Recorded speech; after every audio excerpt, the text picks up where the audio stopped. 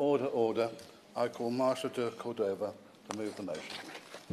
Thank you. I beg to move that this House has considered E-petition 61300 and 617425 relating to the cost of living and financial support for disabled people.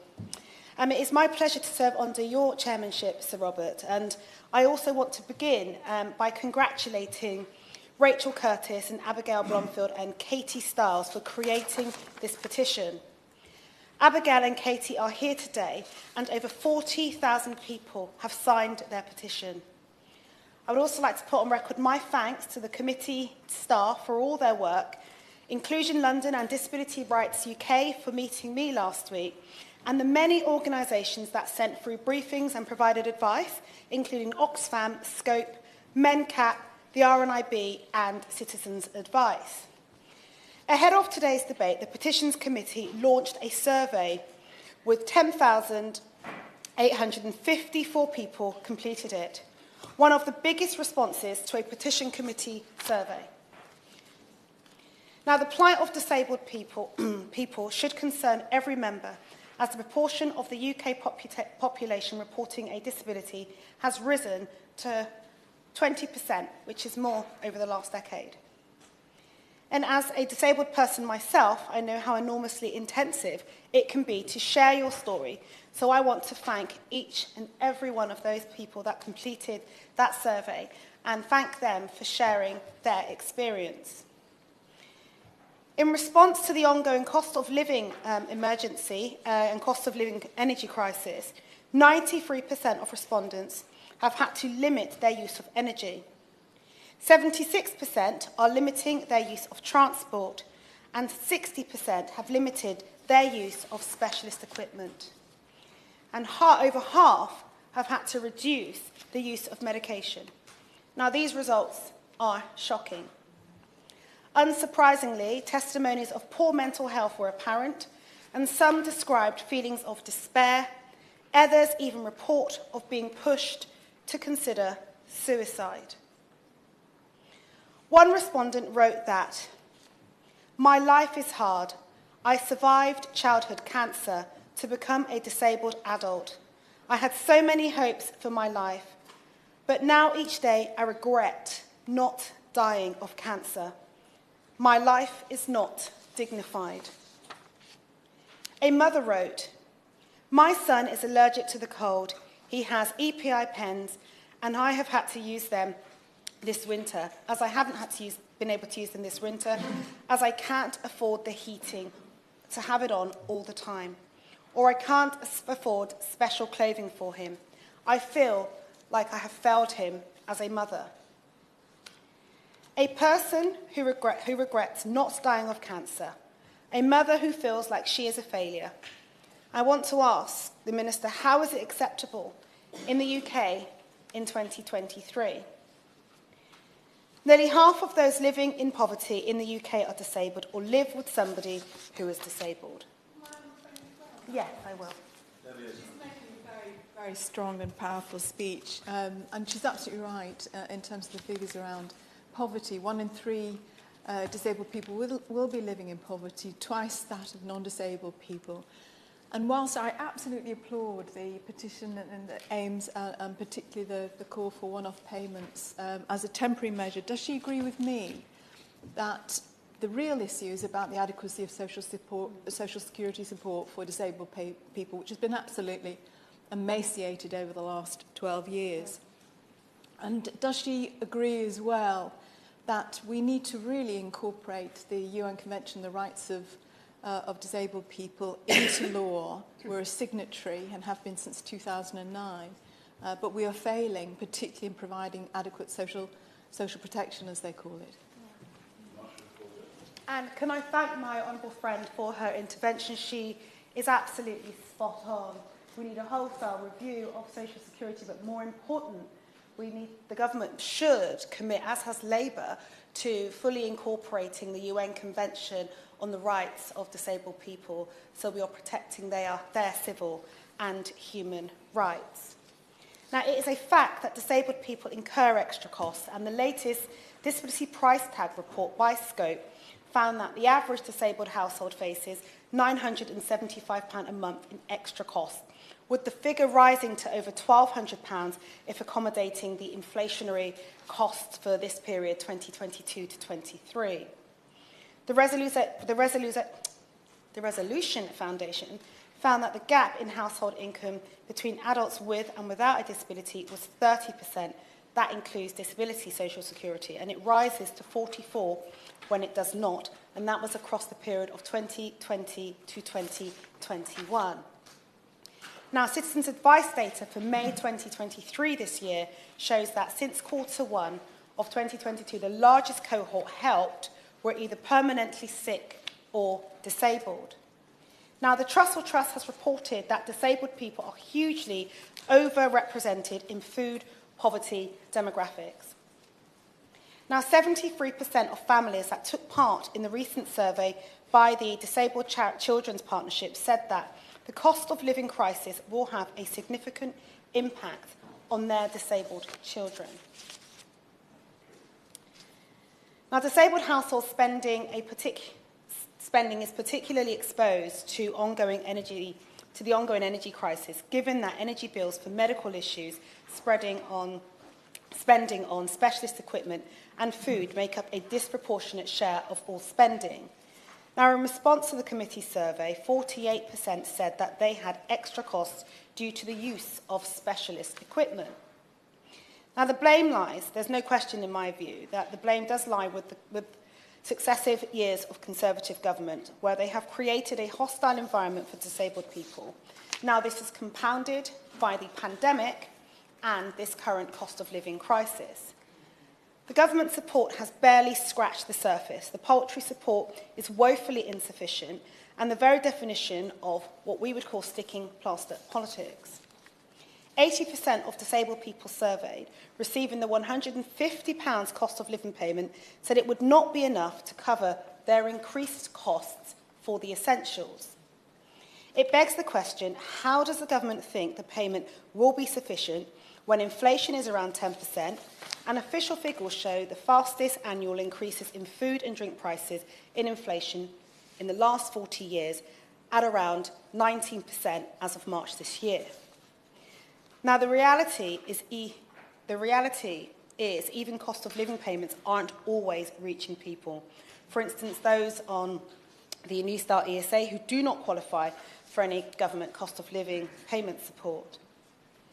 Now, there is also the cruel decision to change the warm homes discount criteria during the cost of living crisis, despite the government's own impact assessment finding that 290,000 disabled people would no longer receive the warm homes discount. So for them, that £150 disability cost of living payment only offsets the loss of the warm homes discount. Why? What's more worrying is that the government hasn't provided specific support for disabled households incurring high energy costs. Now, many disabled people have told me that it is pointless to prescribe medicine if a person can't afford to run the equipment to stay alive. Now, NHS schemes in place to cover the electricity costs of oxygen concentrators and dialysis machines are currently beset with issues. And the Retail Energy Code Company has argued for establishing a service tailored for those using medical equipment. Now, on prepayment meters, 60% of the people the Citizens Advice supported between January 2022 and February 2023 who couldn't afford to top up their prepayment meters were disabled. And this is compared to 40% who were not or didn't have a long-term health condition. Now, UK household energy suppliers have now agreed to a new code of practice, meaning that they will only be able to force-fit prepayment meters subject to a set of voluntary restrictions. But we all know the industry needs to go further by banning prepayment meters for disabled people and providing more help with energy debt. And so why won't the government call on an industry-wide ban to stop the forcing of these installations in disabled households? Now, the political choices of austerity has gutted our social security system, and there are real consequences to this. Government-funded research suggests that cuts to social care, health and public health has caused more than 57,500 deaths in England than that would have been expected if spending had continued at pre-2010 trends. Now, in the long overdue Health and Disability White Paper, there is now an increased focus on getting disabled people into work and a ramping up of the use of sanctions. Now, the government should actually be focusing on improving schemes like access to work and getting rid of all those delays and dealing with all of the outstanding applications. It is one of the best kept mechanisms for support for disabled people, especially those that are living with sight loss, to help and to also retain and stay in work. Now, evidence suggests that there is little evidence that sanctions actually do work, and they do have a negative impact on the health of disabled people. The White Paper seeks to scrap, well, rightly, I would say, seeks to scrap the work capability assessment, but replacing it with the personal independence payment assessment is absurd, given that PIP has a totally different function, as it serves as an extra cost benefit, despite it not actually meeting all of those additional costs.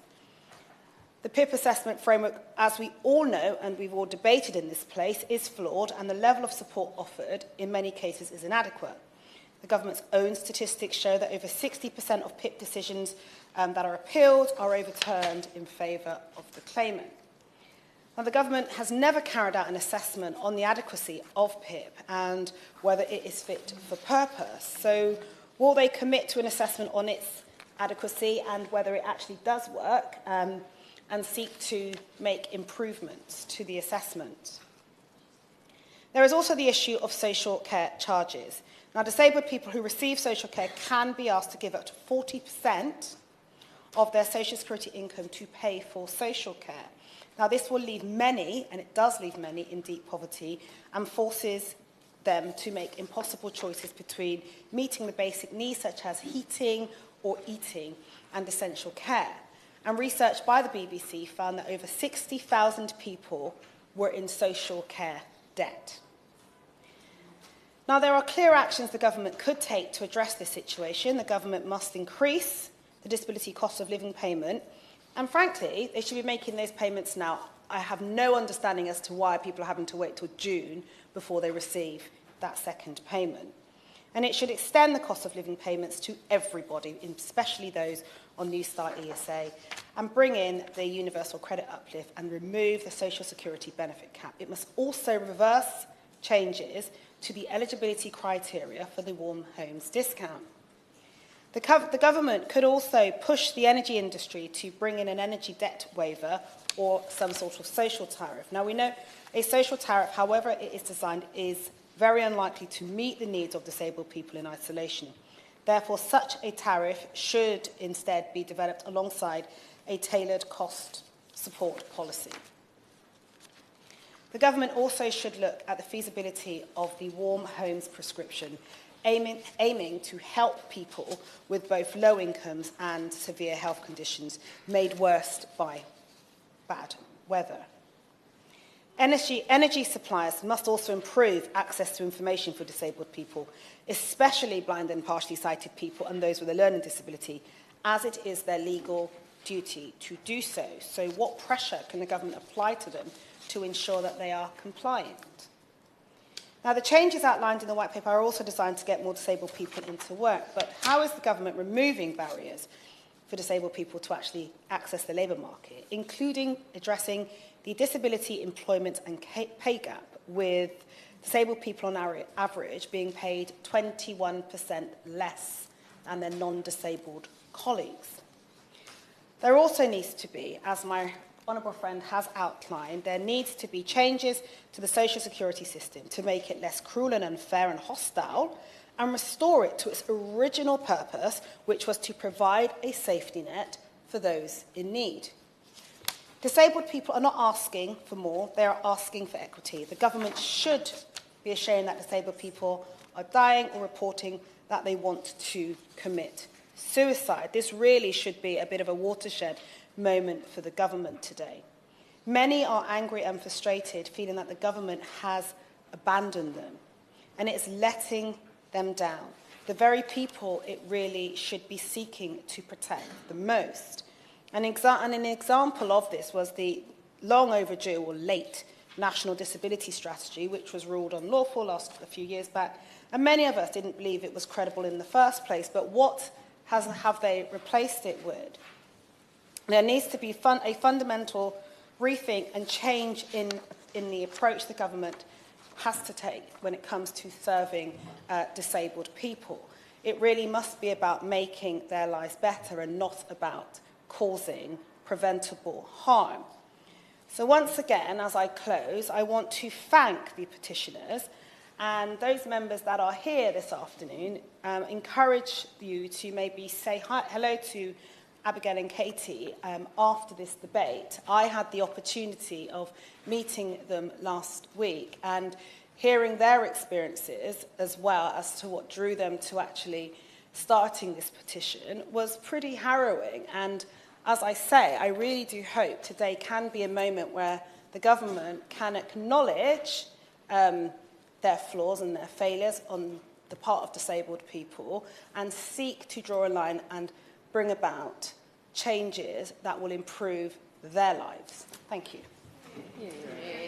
The question is that this House has considered E-petition 610300 and 61745 relating to the cost of living and financial support for disabled people. Paul Maynard. Thank you, Sir Robert. It's a pleasure to serve under your chairmanship and to follow the honourable member for Battersea, and indeed to have a second bite of the cherry to speak on this topic, given I couldn't make the honourable member from Motherwell's debate last Monday. So always good to have a second coming, I have to say, although in my case perhaps not. We've had an eloquent debate, I think, so far. I'm sure hear many numbers during the course of this debate. Two stick out to me that I will quote. One is from Kidney Care UK, who cites the average annual extra cost to an individual facing dialysis as being £1,918.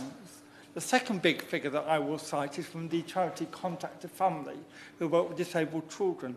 They say that the average cost of the energy needs of their disabled children amounts to £1,596, covering such matters as pumps, monitors, hoists, electric wheelchairs.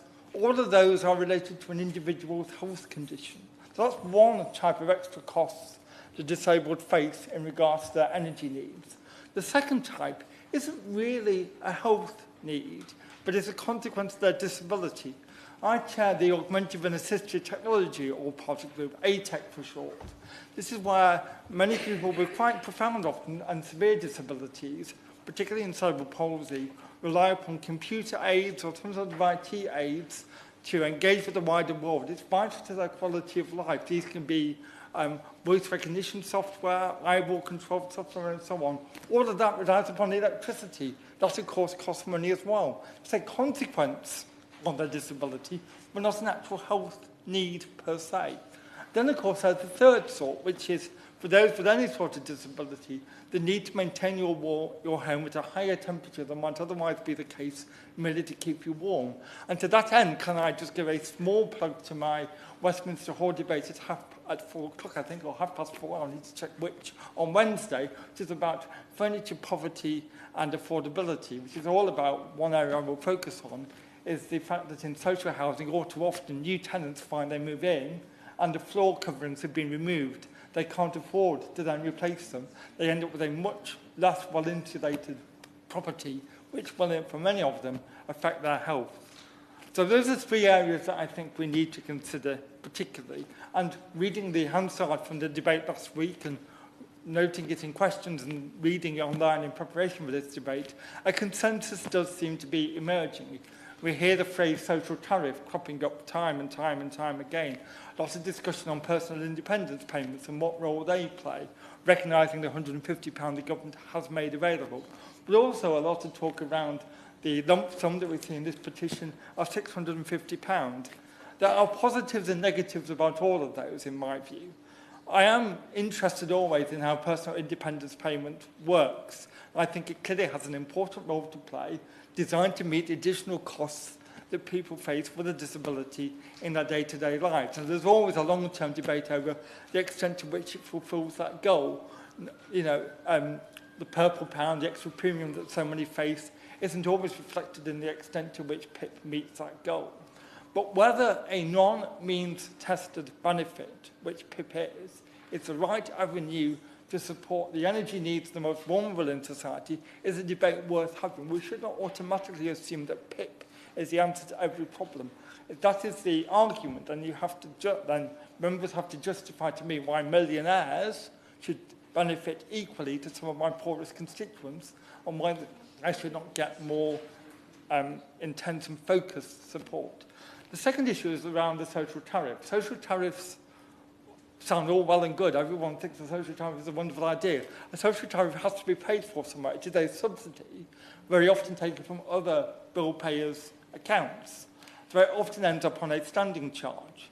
And what we risk doing by a continual focus on solving every problem with a social tariff is it then gets put on the standing charge. And you have this ever-decreasing circle where more and more people will see that standing charges go up, have to have cause to revert to a social tariff because they can't afford their bills anymore, thereby increasing the standing charges. Now, in reality, of course, that would not occur, but it is a logical inference. Once again, you cannot keep solving every problem in our energy system and our cost of living crisis by placing them on a standing charge.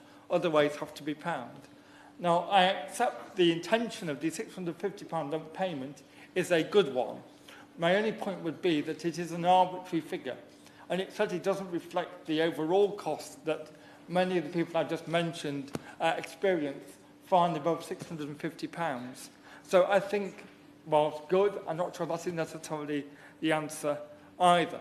Now, the member for Battersea briefly made mention to the Retail Energy Code Company and their report. I'm going to give it a bit more of a plug-in because I think it's actually much more exciting than the member perhaps suggested it was.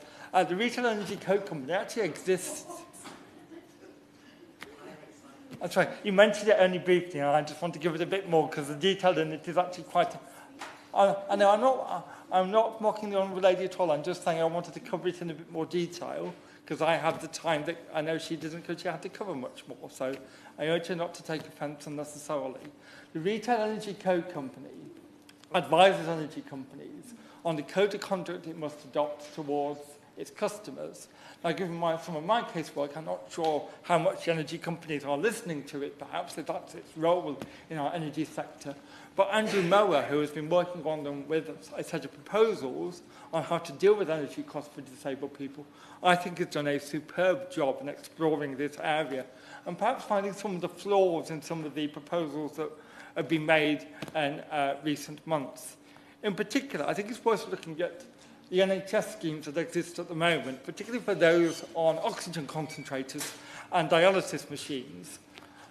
It's a perfectly good model. I'm glad to see the NHS recognising that they have to help people meet the energy costs, but it is not universal. It goes back to our old friend, the postcode lottery. In addition, the subsidy doesn't go up when energy prices go up. So therefore, you're always playing catch-up. And thirdly, people are paid in arrears, so they have to stump up the cash to pay their bills in the first place in the hope that they will get the money back at some future date. That money may not actually reflect the actual bill that they have to pay. So it's interesting how that NHS model that we think might be the answer to many things actually causes as many problems as it solves. Similarly, once again, social tariffs. Mr. Moore points out the immense difficulty they have found in the broadband sector are trying to come up with a social tariff that actually works, that doesn't interact with the market in perverse ways with unintended consequences, that sees social tariffs actually costing more than the one that's available on the market to families here and now. So social tariffs by themselves are actually quite difficult to get right and need to be extremely flexible. So I'm not entirely convinced that Ofgem spending hours and hours and hours each week reinventing what this week's social tariff should look like every time the energy cap changes is actually the answer either. And will certainly. I thank the Honourable Gentleman for giving way, and he's very informed and detailed on this topic, so I defer to his superior knowledge. But does he not agree that the Retail Energy Code Company and indeed Ofgem and all of those involved in the market are clearly failing the most vulnerable in our society? Because in my constituency, I have vulnerable and disabled constituents who are turning off their energy just so they can survive, yet the disaster of the structure, and indeed the point he made about the standing charges, means that they're no better off, but they're freezing cold. Well, I share her view as to the reality her constituents and indeed my constituents face. I share some of her criticisms of the energy companies themselves. I think the Retail Energy Code Company maybe is trying to provide an answer that I hope the energy company will listen to, that I hope might just persuade her that they are worth a second look. I don't know. Time will tell, perhaps. Many charities, when they're coming up with their proposals from the disability sector, are emphasising the broadness of eligibility and auto-enrolment. This is entirely logical and sensible for them to do. They have learned from the reality of the Priority Services Register, but in my own constituency, I find that the people who really ought to be on that Priority Services Register are the least likely to be on it. So they are right to be concerned that some sort of voluntary enrolment would actually get to where we want to go.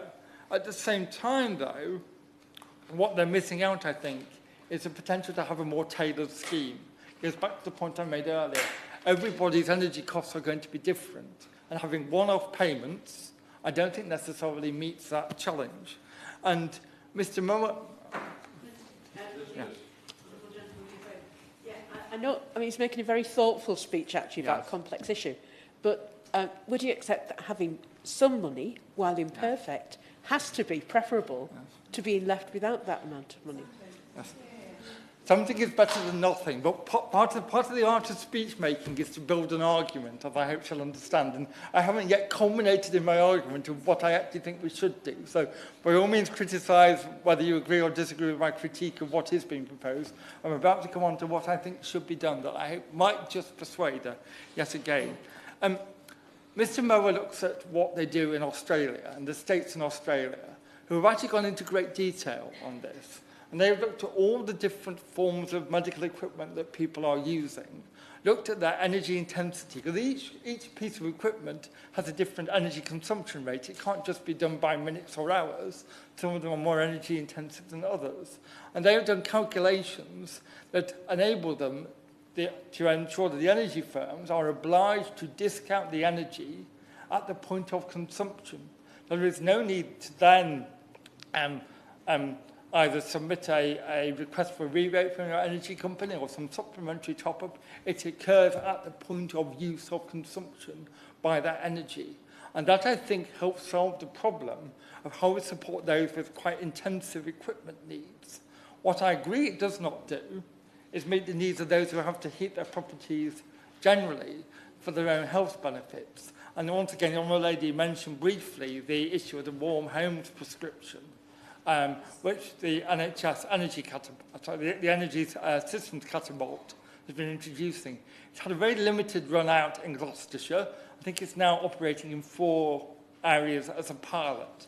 I think that has great potential, but where I would issue some caution is to understand, which we don't yet, is it actually saving the NHS money? The idea is that a social prescriber looks at a person's energy consumption, the insulation in their homes, what their energy needs are, and works out whether a form of prescription to support with energy prices is a way of forestalling more expensive treatment for more severe health conditions at some future date. That's quite hard to capture in a short period of time because we haven't seen the long-term consequences yet.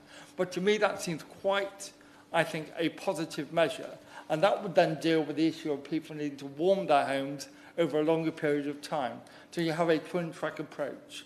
Now, I've tried not to read out verbatim from Mr. Mower's report and put it in my own words, because otherwise I'd be a very boring speech to give. But let me quote just from what his conclusion is, which is that the electricity costs of these consumers, i.e. those who are required to rely upon equipment, would best be met through a scheme that can tailor support to the needs of each eligible consumer, rather than a policy targeted at a wider range of vulnerable consumers, so that those individuals can have full confidence the costs of their relevant equipment are being met, And that, to me, is the key word in this debate. It is confidence.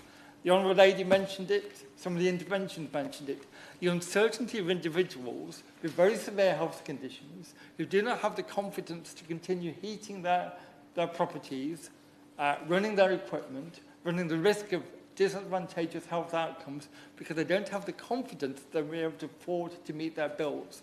I urge the Minister and the other Minister who is now not here, that was here briefly, to really engage with the Retail Energy Code Company to look at this in great detail, to bring together the NHS and the social prescribing network. And I know social prescribing is always the answer to everything in life these days, but in this case it might just be, who knows, to try to work out with Ofgem whether this twin-track approach could actually solve the problem that we're seeking to solve. Thank you.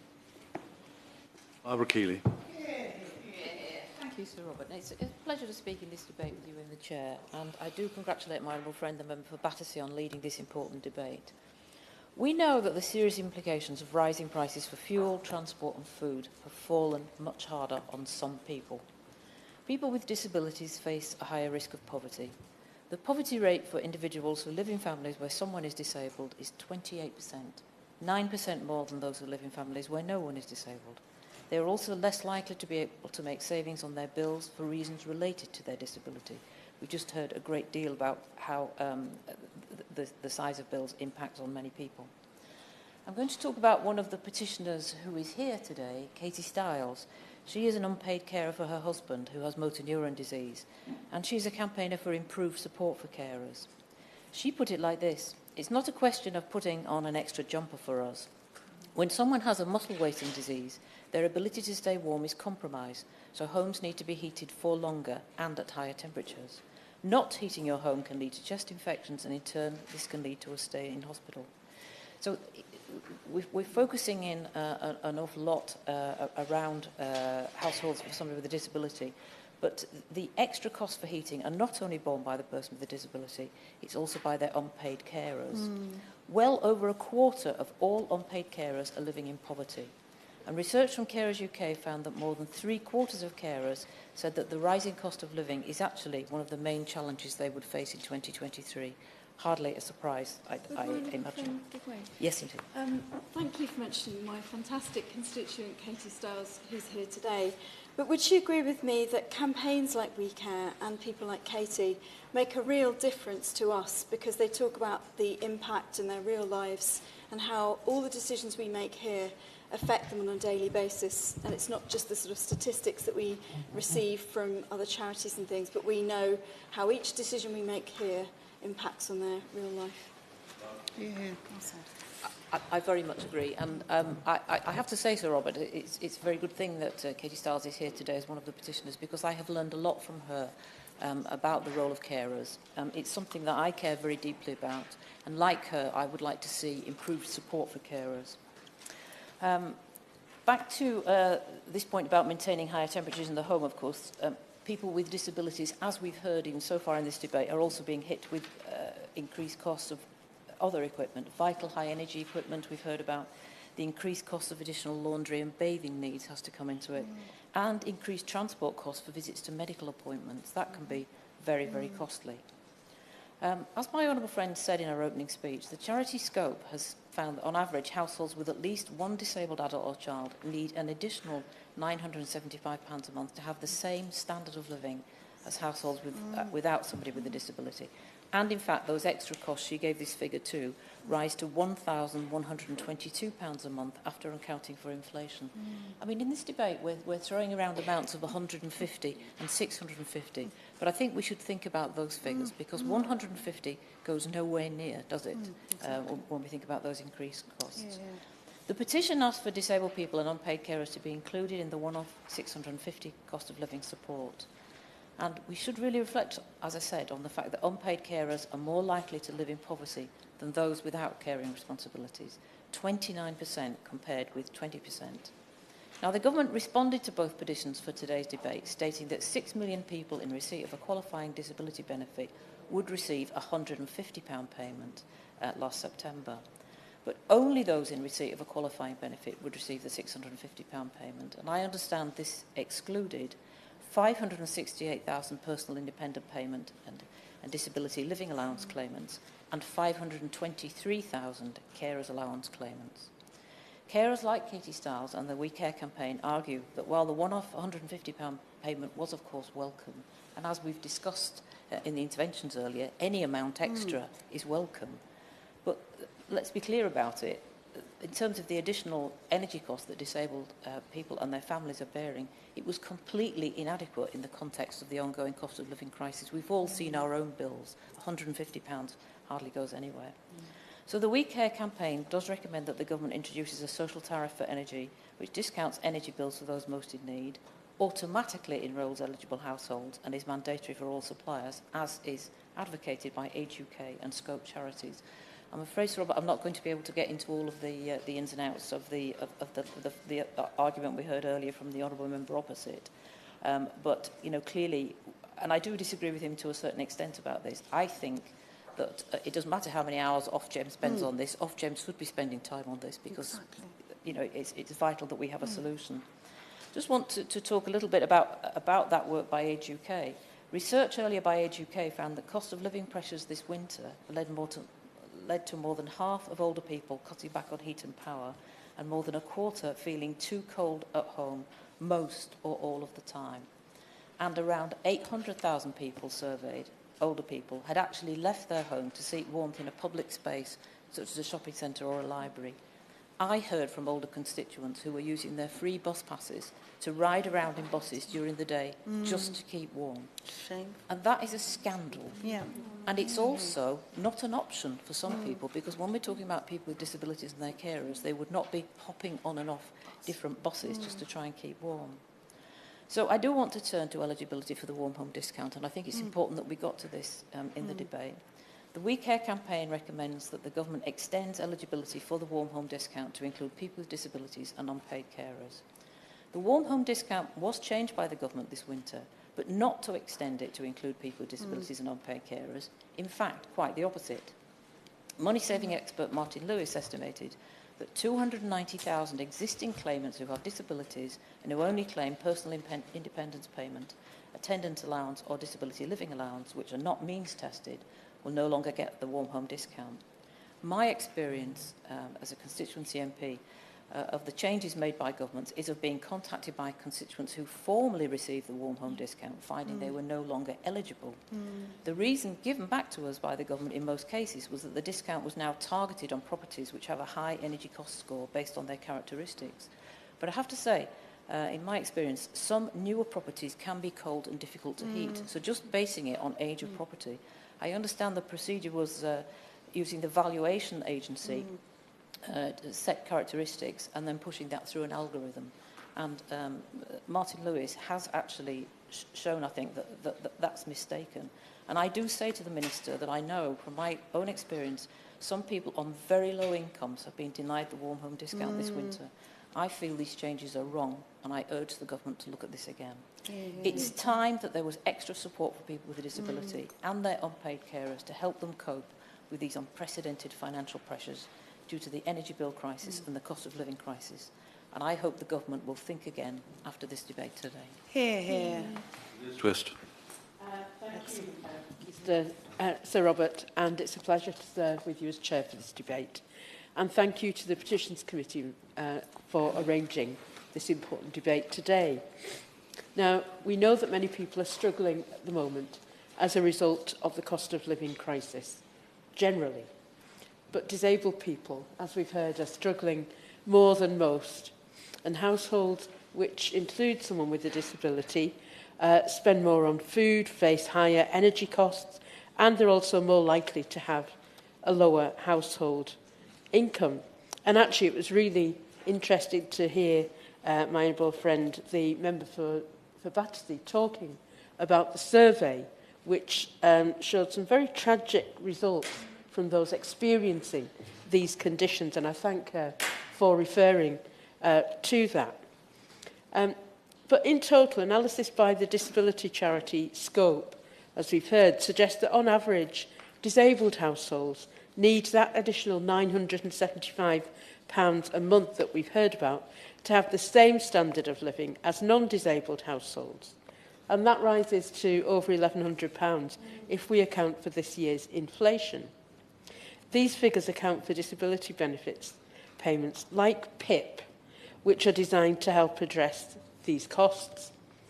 Now, for some families, these costs have a shocking impact. Disabled people are almost 3 times as likely to live in material deprivation than the rest of the population. And 80% of households with a disabled person say that government cost of living payments were just not enough to meet the increased costs that we've heard that they face and that we've heard about today. They might come as families accrue costs due to costs of expensive dietary requirements, for example, running medical equipment, as we've heard, or even just being unable to cut back on their heating because of needing that higher temperature and the adverse impact which lower temperatures would have on the vulnerable ones. Now, I'm just thinking back to this time last year when many of us will have attended a Marie Curie drop-in when they published their report, Dying in Poverty. As I say, I was just checking, it's just a year ago now, and presented their research on the impact of poverty and having, in this case, terminal illness. At that drop-in, I met, and others will have met, a lady with a terminal cancer diagnosis and her husband. They were on a water meter, and they said to me, without me asking, it wasn't kind of featured, that they were running up hugely significant costs because of the need to do constant washing in order to limit the risk of infection. And actually what struck me from that meeting is that too little is known about the help that is available already through water companies and others to support people, but it's not enough to meet the general needs. That's just one tiny proportion, in this case more significant than others. And that reminds me of the comments made by the Honourable Member for Blackpool and Cleveleys about social tariffs. And I just want to talk about that a little while. As co-chair of the all-party group on water, we have been looking at the proposals for a social tariff for water and looking at the impact and working with the Consumer Council on water on that. And I'm very disappointed to hear that the government has dropped the idea of pursuing that social tariff, something that was revealed when I asked them written parliamentary questions quite recently.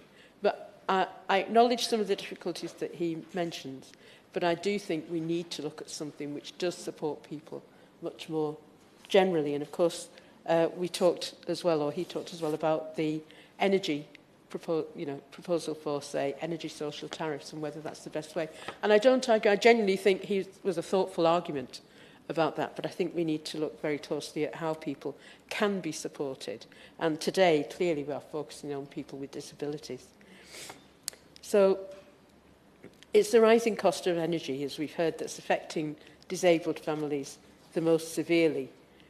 One respondent to a Guardian survey said that he'd stopped using a CPAP machine during the day, even when he was short of breath, in order to limit his bills.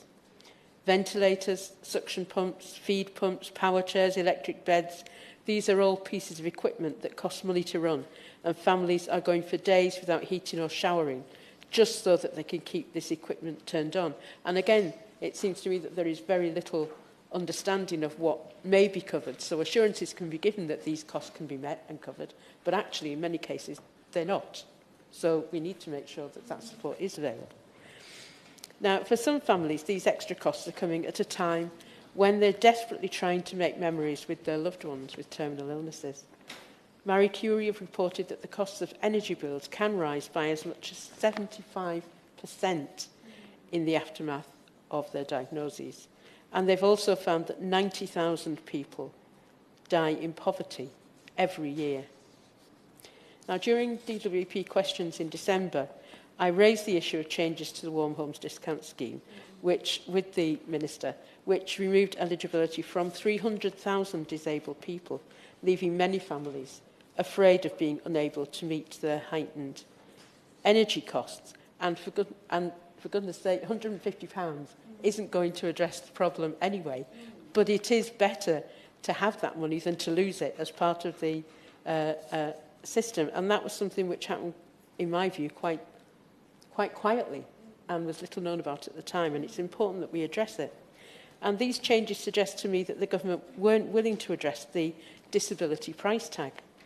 Excluding disabled households from the bulk of cost of living support, unless they are on means-tested benefits, forces them to absorb the additional costs themselves by emptying their own pockets.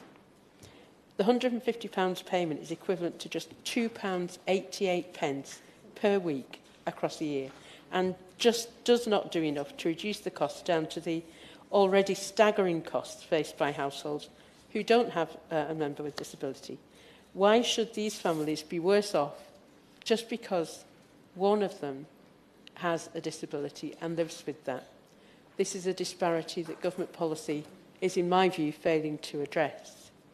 Now, speaking in these general terms is great for drawing attention to the broader problems and the broader issues, but the reality is that each of us as MPs will meet and support in our constituencies people with disabilities facing exactly these problems, and that's before we start talking about PIP assessments and eligibility and the support they need there. These are real people, they're individuals and families living in our area, in our constituency, like those that I and other members will meet, and people that we met at the Marie Curie drop-in. And they deserve not to have the additional worry of struggling to meet their energy bills or being cold and damaging their health further, potentially. Now, I hope that having this debate today will cause the government to have another look at this issue and reconsider the support that they're providing. I hope they will ask themselves, how much less money and resources are we comfortable with these households, with people with disabilities, having compared to other families? Unless the answer is tens of thousands of pounds a year, there is still a huge amount of work for the government to do. And I believe that people do need much more support, and there is much work to do.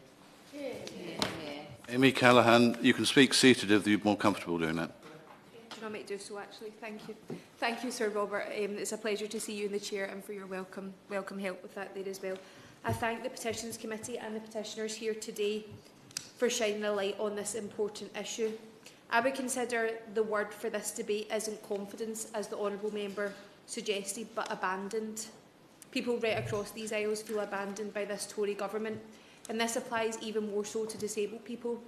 Abandoned by an unkind, uncaring government who fail to recognise their individual needs and tailor financial support accordingly. I think we need to remember and reflect on what we're actually debating today. The cost of living isn't a neat wee slogan to describe the really tough times we're living through. We're debating how much it costs to live. Now, we've all lived through the 2008 financial crash, and things are considerably bleaker now than they were back then. Currently, 46% of people right across these aisles think their kids will be worse off than them, which, while shocking, is hardly a surprise, given interest rates, the soaring cost of goods, and 13 years of Tory austerity. Food prices are up more than 19%, electricity up 16%, and gas up 129%. Chain and energy-rich Scotland, these price increases are harder to take. I have constituents desperately clutching to energy bills at every surgery, and the cost of living is proving increasingly challenging for our constituents living with a disability. The government's £150 disability cost of living payment is welcome, of course, but a drop in the ocean compared to the astronomical bills people are facing. So I asked the Minister, what does he expect disabled people to spend the £150 payment on? A weekly shop, half or less of some assistive technology, or mitigating for sanctions from his department? And does he really think that £150 is enough to make a tangible difference in the lives of disabled people? Chair, disabled people are disproportionately affected by the cost of living crisis. The disability pay gap means that disabled people earn on average almost £2 less an hour than those without a disability. Even more pertinent with a rising disabled population, and a damning indictment of this unkind Tory government. In-work poverty is real, and because of the policies of austerity, folk are living in it the length and breadth of these isles. Chair, in a recent visit to Deafblind Scotland, based in my constituency in Lenzie, me and my honourable friend from Mother and Wishaw had a roundtable discussion with service users. We heard how challenging life can be for deafblind people, particularly with the increased cost of living and the cost of assistive technology. Now, in Scotland, across the UK, we have a public health service free at the point of need, but access to healthcare is still a class issue, with 70% of people having to limit access to medical appointments due to the lack of financial support with the increased cost of living. And we know that disabled people are less likely to be able to afford these increased costs. Now, Chair, I despise the word mitigate. The Scottish Government isn't there and shouldn't be there to mitigate for bad decisions made in this place. What the Scottish Government is there for is to stand up and to provide for our people. It should be there to lead, not to mop up, and not to mop up the mess of bad policy decisions and bad governance from governments of Westminster. And unfortunately, that now means to shield folk from the policies of austerity. But we forget that it's not just the new policies in the social security system that the Scottish Government are providing. They spend £594 million each year mitigating for bad policies from this place, mitigating for the bedroom tax, for the benefit cap. If these Tory welfare reforms hadn't been imposed, it's estimated that each family in Scotland would be £2,500 better off each year. People in Scotland would be facing the cost of living crisis so much more harshly if it weren't for these mitigations. Now for the clear blue water between the Tory government down here and the Scottish Government up the road, a tale of two governments. The Tory government, who have removed the very welcome £20 a week increase to universal credit, and the Scottish Government, who have not just uprated social security but introduced brand new payments, including the Scottish Child Payment, lifting children out of poverty. We don't pay for prescriptions in Scotland, meaning everyone can access the medication they need to manage health conditions, whilst the government down here have failed to do likewise, meaning 51% of people have had to limit access to medication. This Tory government are failing our constituents, and Labour have no policies to turn this around. Fortunately, whilst Westminster continues to fail, the people of Scotland can rely on the Scottish Government to deliver on fairness and equality. And of course, Chair, we look forward to our future as an independent nation within the European Union. Thank you. Thank you, Sir Robert. It's a pleasure to speak at this debate and to serve under your chairship.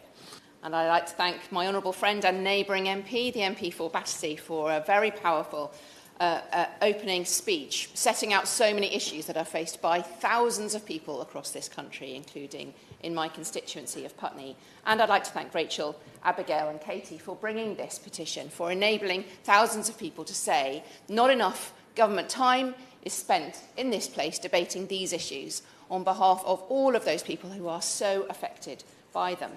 And I'd like to use this time to highlight three particular groups of people who've come to me in my constituency and about the difficulties that they face. One is young people with cancer. The second is people who have ME or CFS. And the third is people who've had stem cell or bone marrow transplants. All of them face unique situations, which mean that the cost of living crisis is driving so many people into both worsening physical condition, worsening mental health conditioning, and into poverty. But they are also examples of those situations faced by so many other people with long-term illnesses and disabilities across the country. Research suggests that tens of thousands of 18 to 39-year-olds with cancer are struggling to pay basic living costs. More than half of the 18 to 39-year-olds with cancer surveyed by Macmillan and Virgin Money said that they needed more financial support to manage the rising cost of living. 1 in 4 young people are getting further into debt or have fallen behind paying rent or energy bills because of increased living costs, according to a survey of 2,000 people. And the research found that almost 3/4 of younger people with cancer were worried about the cost of food over the next 12 months. This hits them particularly hard at a time of life when they haven't been able to save up, they haven't got that any kind of safety net of their own to fall back on, and they were looking forward to a different kind of life than they are suddenly facing.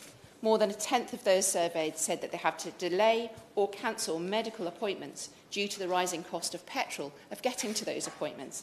So this is actually a false economy, meaning that people will be iller for longer because of the payments that they're not getting. People with cancer already face significant extra costs of nearly £900 when they get diagnosed, such as buying extra clothes, food, or their increased heating costs. But now inflation has driven those costs up, and Macmillan have seen a surge in demand for means-tested financial grants themselves to help cancer patients with costs. So Macmillan and Young Lives versus Cancer are calling on the government to give more financial help to cancer patients. But it's not just about money. They have found that it's actually delays in the payments that are also causing financial crisis, and surely this can be rectified. There's an average 18-week wait to claim a disability allowance that could help young people with travel and heating costs. The money is there, they're just not being able to get it because of that 18-week delay. So they're asking the government to take urgent steps to reduce those delays. The second group of people I'd like to highlight are those people who have ME or CFS. And I'm a member of the All-Party Parliamentary Group on ME who've produced a report on this, which I would recommend to all members and those reading this speech. It's clear from the evidence presented to the All-Party Parliamentary Group that too many people with ME are being refused even the payments that are being allocated to others. So they're being refused the PIP by the DWP. They can take the decision to appeal, but too many people with ME who've taken this action have gone on to win their case, which indicates there are flaws in the system. But many are not able to go through the complex appeals process, which requires a considerable amount of preparation from the claimant, which would exacerbate their symptoms. As a result, many people with ME are existing without the financial support that they need. And there are some issues about the welfare assessments which are particular to the condition of ME. As the condition is variable throughout the day, having a snapshot can sometimes not be applicable to their general circumstances. The second is that the length of time an activity can be maintained can often not be used by people with ME, so that they're being underscored by assessors as being able to carry out a task, as if they could carry that out for a long time, which they can't because of their fluctuating symptoms.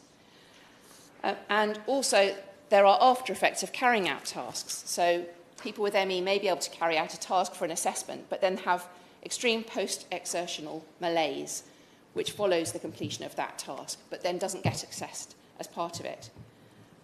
And also, people with ME are being pressurised by their private health insurers to undertake a course of grade exercise therapy, or GET, in many circumstances, despite detrimental effects to many, in order to keep their insurance-based health and disability payments.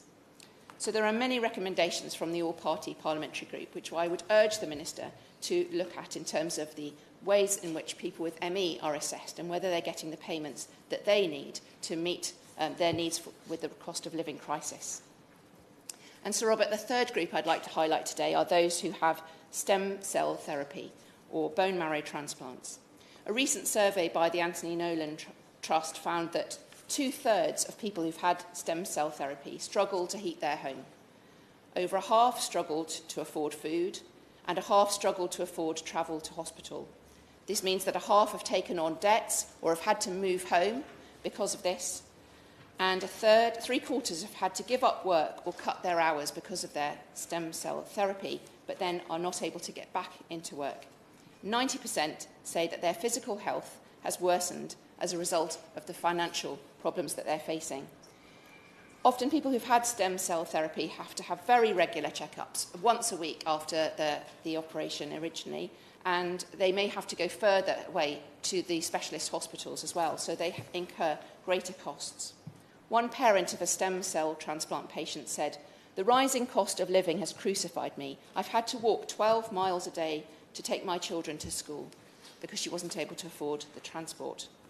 So there is a healthcare travel cost scheme for certain patients, but it has a very high threshold for eligibility. So as well as looking at the the increased costs for heating, also the increased cost for travel is that highlighted by this group of people. So establishing a patient travel fund for stem cell patients, who are about 4,000 a year in the UK.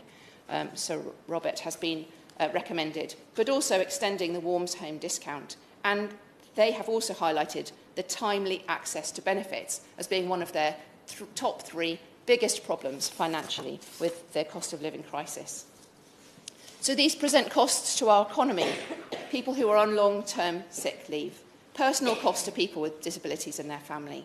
The government needs to understand needs and extra costs incurred by people with disabilities, and the physical and mental health results of this that drives more people into poverty. So to conclude, will the Minister meet with me and these affected groups, of particular groups that are facing cost of living crisis, additional needs? Will the government review the impact of the cost of living crisis on people with disabilities, highlighted by these petitions and so many others? Will the government increase travel and heating payments in the short term to alleviate this current crisis? But in the long term, will the government overhaul the social security payment system, putting the needs of people with disabilities at their centre? Thank you. Ian Shannon. Thank you very much for giving me the chance to speak today in this debate. And I wish to thank and put on record all my thanks to all of those who signed the petition to enable us to discuss these issues today. And in particular, I'd like to, as I always do, and do sincerely and honestly, the Honourable Lady for Battersea for setting the scene so well. A lady with compassion, understanding, delivers a message that we can all concur and support and be here for. And to all the right honourable and honourable members who have made contributions and those who will follow, I very much look forward to their contributions. I very much look forward to the Minister as well. I think the Minister understands the issues that we're looking for, and I have a number of questions I wish to ask him, along with others, and I hope that we can achieve the goals we wish to achieve, and also ultimately the answers as well. I've stated many times, as so many others, that the cost of living has impacted on so many people. These issues haven't subsided yet. We are still seeing incredibly high costs for the most basic of needs, and there are many that are struggling to afford. I always wish Sir Robert to give a Northern Ireland perspective to these debates. Members expect it, and they'll get it today as well. My observations and contributions will reflect what others have said in relation to the needs that we have. This debate is specifically about the cost of living and support for disabled people, and I wish to focus upon that. I see every day in my office, and more so over the last period of time. I'm not blaming government for it, by the way. That's not what it's about, Sir Robert. It's about the solutions. I'm always about solutions, solution-led, solution-driven, and that's what I wish to see. So I'm going to make a contribution and ask for some questions to be answered in relation to that. Especially those who are the money who are struggling to afford, especially those who are disabled and are financially challenged in this current climate. It's important that exceptions are made for them and that their specific needs are taken into consideration. I see the poverty every day in my constituency, Sir Robert. I see families struggling to deal. I see mums who probably starve themselves so that their children can get food. Those are the realities of where we are, and that's why I think I look to the Minister and to government to achieve and make the changes that are so important, so we can address the issues that we see every day. Every one of us here, as active MPs, see those issues as well. The DWP needs to expedite, as the Honourable Lady for Pudsey referred to, the DWP system, and the fact that it takes so long for it to progress for those who are in disabilities. I think, and we've asked this before in the Chamber, so today we ask the same question again: can that be expedited? Food bank referrals in my constituency. We had the front page of my local paper there a week before last, where the leader or the person who looks at manager of the food bank, and it's the first Trussell food bank in Northern Ireland. It's a very active one. Their referrals were up as much as 50%. That's in 1 year. Wow. I need to take a deep breath when I say that and understand that. Christians Against Poverty, the organisation started just over a year and a half ago. Again, their referrals are quite significant as well. All these people come together to help, and I'm very much encouraged by the number of churches, by the number of individuals who help these organisations. the Honourable Lady for Putney also referred to benefit issues and referred to ME as one example of how they're unable to cope with their systems and the system of DWP for the appeals process, for how long that takes. I would also add to that those with anxiety, those with depression, those with emotional issues, because I see those as well. You see the anxiety, you see the... I wouldn't have said anything different than anybody hasn't experienced, but when they come to the office, they're quite anxious. They're extremely confused about the system that's before them. So again, Minister, I would ask what's been done to help those people who have anxiety, with depression, with emotional overtures which affect their everyday life. I know the Minister wants to help. I certainly want to help, and and on behalf of others, I would like to see that happening as well. And not only do you have those issues, you also have complex physical needs, which compound the issues and confuse sometimes the DWP's interpretation of what we have as a person sits in front of you, which I see it very clearly. I have one lady in my office, one of my staff members. She does nothing else with benefits.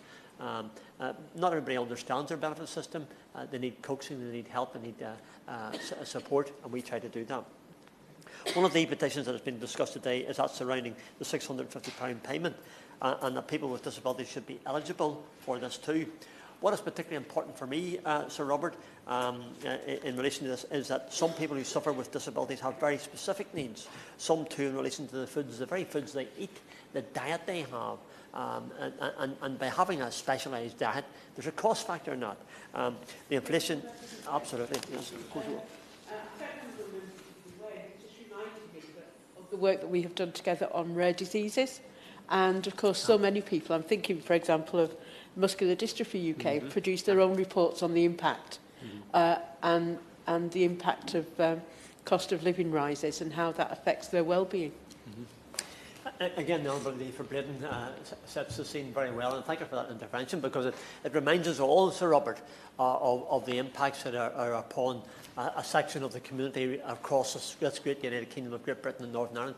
But we see it every day, and we're trying to convey that in a way that maybe the Minister can grasp that focus that we're trying to put on this issue and give us the answers that we seek. Inflation rates for food have gone up in the last year by 13.1% in Northern Ireland, and expanding this payment to people who suffer with disabilities would help them to stick to the routine and rely on what they need to stay alive. I don't exaggerate the matter, Sir Robert.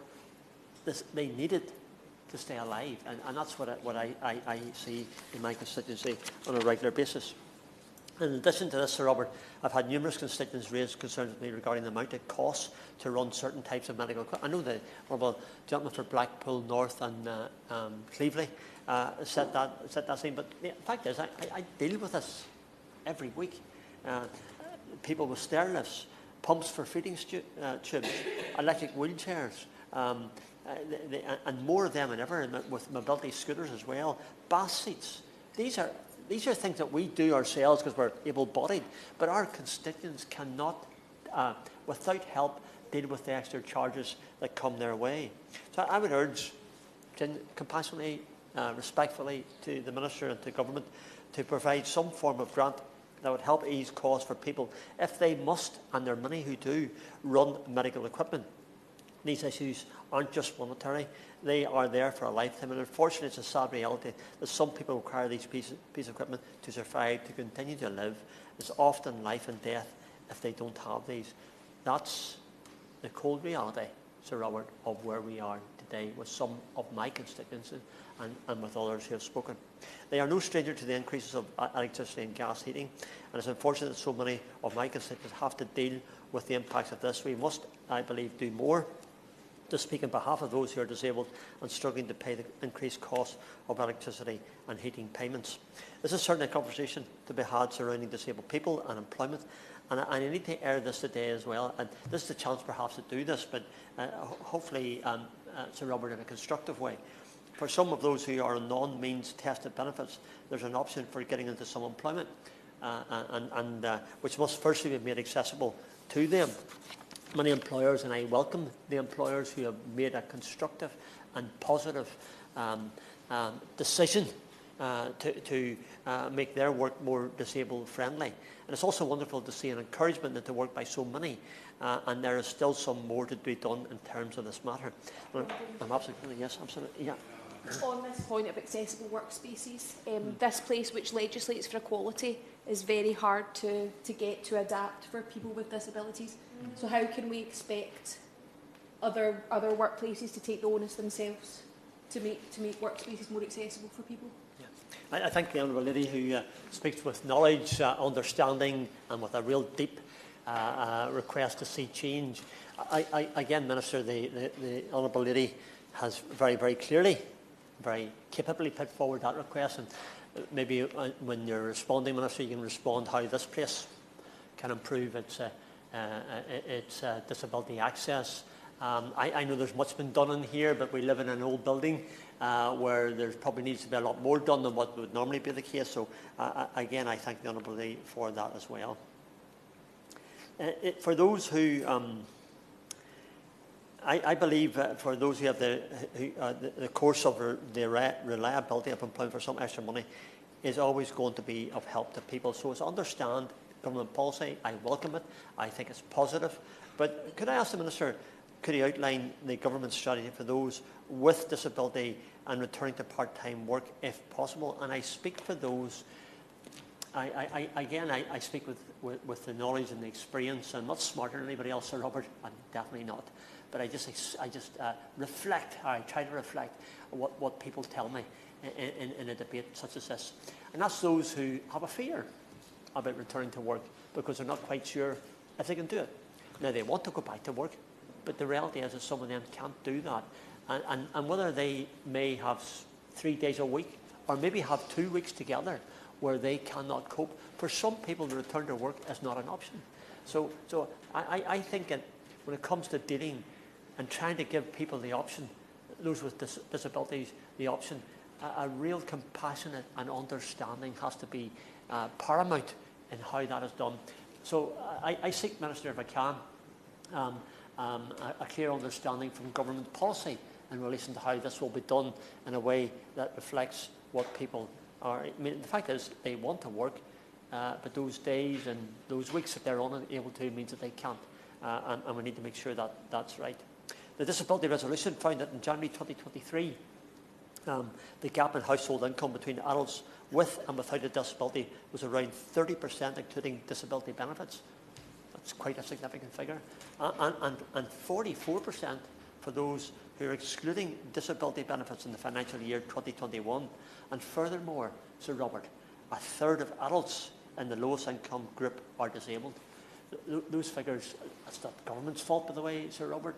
We understand those are facts. That's where we are. It's a data, but it's how we respond in a positive fashion. One-off payment is all very well and good, and the honourable gentleman for Blackpool North and Cleveland referred to that. And it was good, and it is good that government has reached out and given that extra money. But can I say that perhaps maybe what we really need is an ongoing vision for the next year or maybe the next period of time where those benefits and the help for the energy payments, etc., are done in a constructive and statistical way to ensure that there's a vision for the future for those people who are disabled. While the assessment is good, made and whether there's a positive impact on the efficiency of paying bills, the one-off payment does take pressure, but it does, I believe, need to be negotiated in a different way. Of course, Sir Robert, the fact is, any help from government has reached deep into their pockets to ensure that there is help for the people. Benefits must be felt over a longer space of time to truly help. I conclude with this comment, Sir Robert. There is no doubt that the cost of living crisis has had an impact on everyone, but we do and we must look to government at how the specifics are impacted right now, and again request the Minister and government to support them whilst times are increasingly difficult, and really, Sir Robert, not only difficult, they're also very uncertain. Thank you. We now move on to the front bench wind-ups. Mariam Fellows. Thank you, Sir Robert, and it's indeed a pleasure to serve under your chairmanship. And I want to thank the Petitions Committee for bringing forward this really important debate. But more importantly, I want to thank the petitioners and those who signed their petition. And also want to pay tribute to the We Care campaign, who provided me with an excellent briefing for today. The Honourable Member for North Blackpool and Cleveley's mentioned that I had a debate in this place last Tuesday it was, and I immediately reprised that debate on our opposition day on Tuesday afternoon. So some of this I could probably do without notes, and I'm not going to reprise every single statistic that was brought in force, but nothing has changed since last week. Even I wouldn't expect that to have happened so quickly.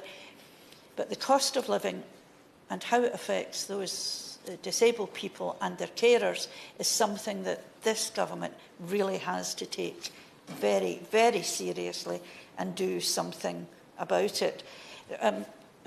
Everyone has said most of what I was going to say already today, but I'm going to repeat some of it because it is way, way far too important not for it to be repeated. So I think there's real agreement across the chamber today that this government must do more to support disabled people who are far more likely to live in poverty than those who are not disabled, and they are particularly vulnerable to the rising cost of living. Households across the UK and Scotland continue to face extremely challenging economic conditions. We know that inflation, food inflation, is still at 19.1% a year, and for many disabled people on special diets, that's an even higher cost. We know that inflation disproportionately impacts lower income groups, and that is certainly true of disabled people who all spend a relatively higher proportion of their income on eating and keeping warm. And according to Scope, disabled people are almost 3 times as likely to live in poverty than the rest of the population. 3 times more likely, and that includes any disability benefits they get. Disabled households have to use a lot of their money to run powerful machines to help them live a more normal life. They have to pay for more to get to hospital because they can't generally use public transport. The list of things that cost more for disabled people and their households is just incredible, and it's something that this government really, really has to take on board. On that point? Certainly. The Honourable Lady is absolutely right, and it just comes to mind as the Honourable Lady was speaking, and that's on the issue of unable to travel. And the reason why some of my constituents can't travel in buses is because of the anxiety issues, the panic attacks that happen to them whenever they're out somewhere. Whenever they see a crowd of people, they automatically become very centrally focused upon where they are. They panic, and because of that, they can't do that. What they need is taxis. Can they afford them? No, they can't. I thank the Honourable Member for Strangford for his intervention, and as usual he's absolutely right, and oh how we missed him last week. Sir Robert, Scope last week issued their latest report on the disability price tag. I was privileged to go to their reception last Thursday along with the Honourable Member in the front bench opposite. It has always been the case that it costs more if you're disabled just to live. But in these times of the rising cost of living and huge inflation, it's even worse. So the Scope said that for a disabled household, it can cost an additional £975 per month to have the same standard of living as non-disabled households. And if you can count for inflation, that cost would rise up to £1,122 per month. And not one single person in this room believes that disabled households, disabled people are actually getting that kind of money.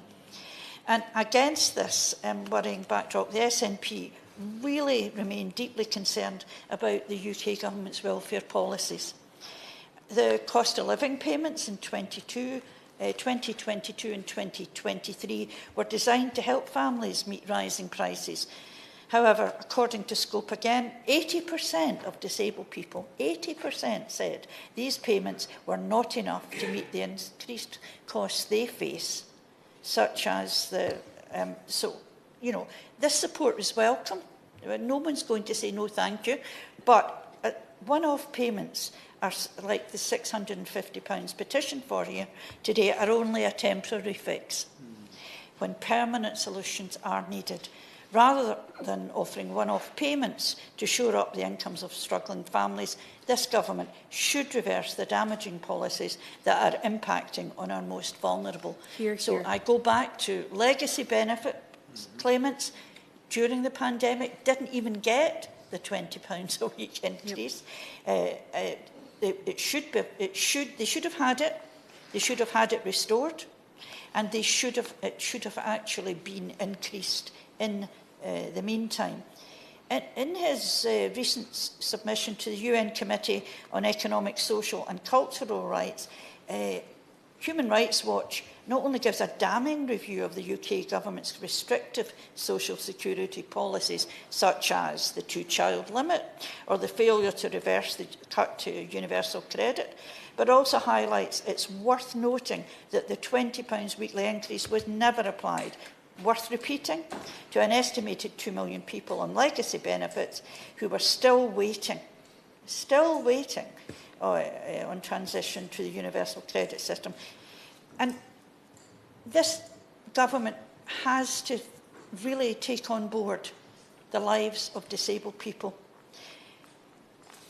I beg your pardon, Sir Robert, the continual refusal of the UK government to fix the extensive known problems with the social security system is unacceptable. Now, I know the Health and Disability White Paper has looked at promising to do things later on, but that's not good enough. We need changes now. We need changes that actually help vulnerable people.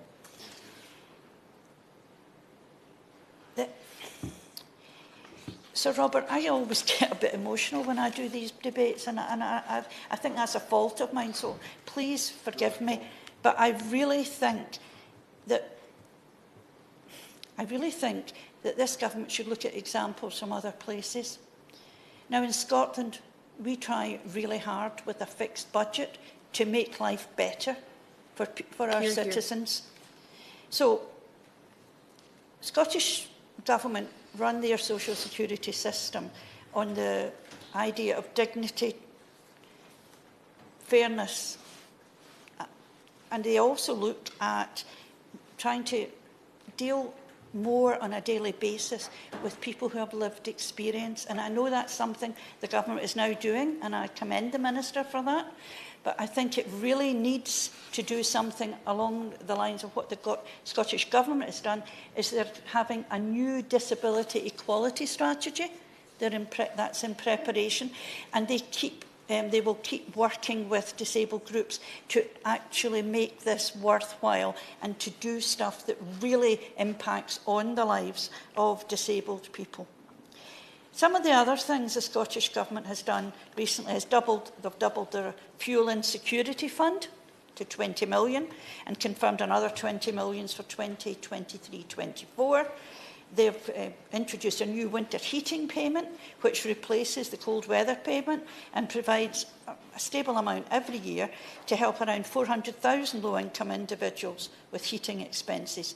And even though there was no statutory requirement to do so, they upgraded the winter heating payment by 10.1%. The Scottish Government has a scheme whereby it looks at energy efficient and fuel poverty. And it's really important that this government actually does that as well, because we leak energy in this country, across the UK, and especially in the parts that don't have the schemes that the Scottish Government has put in place. Sir Robert, Scottish Government's done everything in its limited powers. But every time they mitigate against some of the policies that the UK Government imposes on us, they have to take the money from somewhere else. And actually, the only answer to that, as far as I am concerned, as far as the SNP is concerned, and as far as almost 50% of the Scottish population are concerned, independence is the answer to that. Sir Robert, a social tariff for energy is something that we would support. I think it's something that is necessary, and I see the Honourable Member for North Blackpool and Cleves is in his place, and it was something he tried to say might not work. But we have to grasp every opportunity possible to help disabled households, carers and families who are struggling on a daily basis with the cost of living. Politics, Sir Robert, is about choice and political will.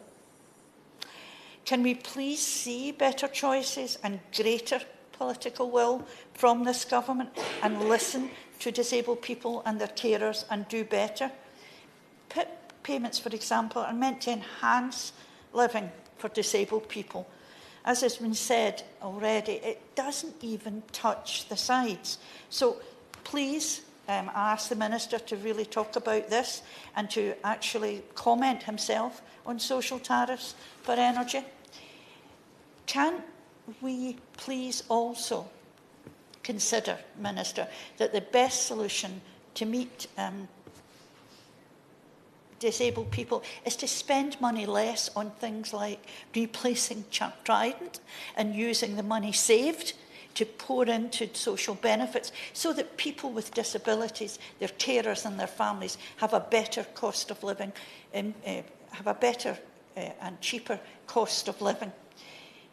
Sir Robert, I don't think there's anyone in this room today doesn't agree that things have to be better for the disabled communities, and it's up to this current government to try their very best and to take on board what other countries are doing and to improve lives and actually grant the petitioners. I think they were very modest in what they asked for, a £650 one-off payment.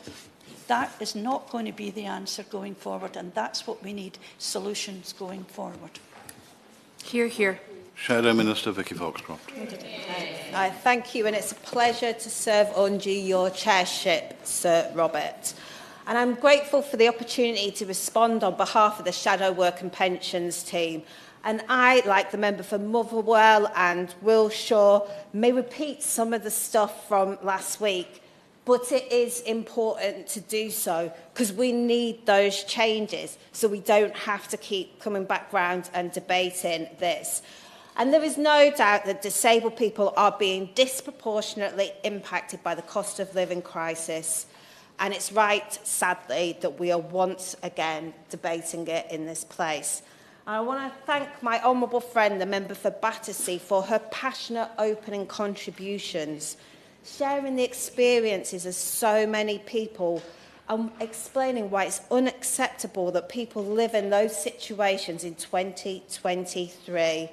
And as her and others have, I also want to thank Abigail and Katie for organising this petition.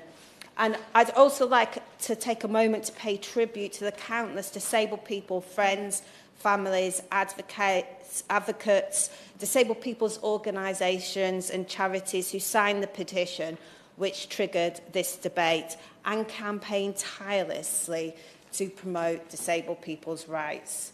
Now, the Honourable Member for Blackpool North and Cleves eloquently put forward the extra costs for having a disability. And as he said, these costs will vary depending on the specific disability an individual has, but they may include assistive equipment, care and therapies. And as noted in one of the petitions that triggered this debate, some may need to run ventilators, pumps for feeding tubes, CPAP machines, and so the list goes on. Disabled households tend to spend more on essential goods and services such as heating, food and travel.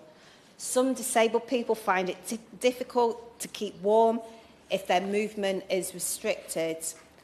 And as an honourable member for Worsley and Eccles South said, these costs are also borne by unpaid carers, and how we must look at the We Care campaign.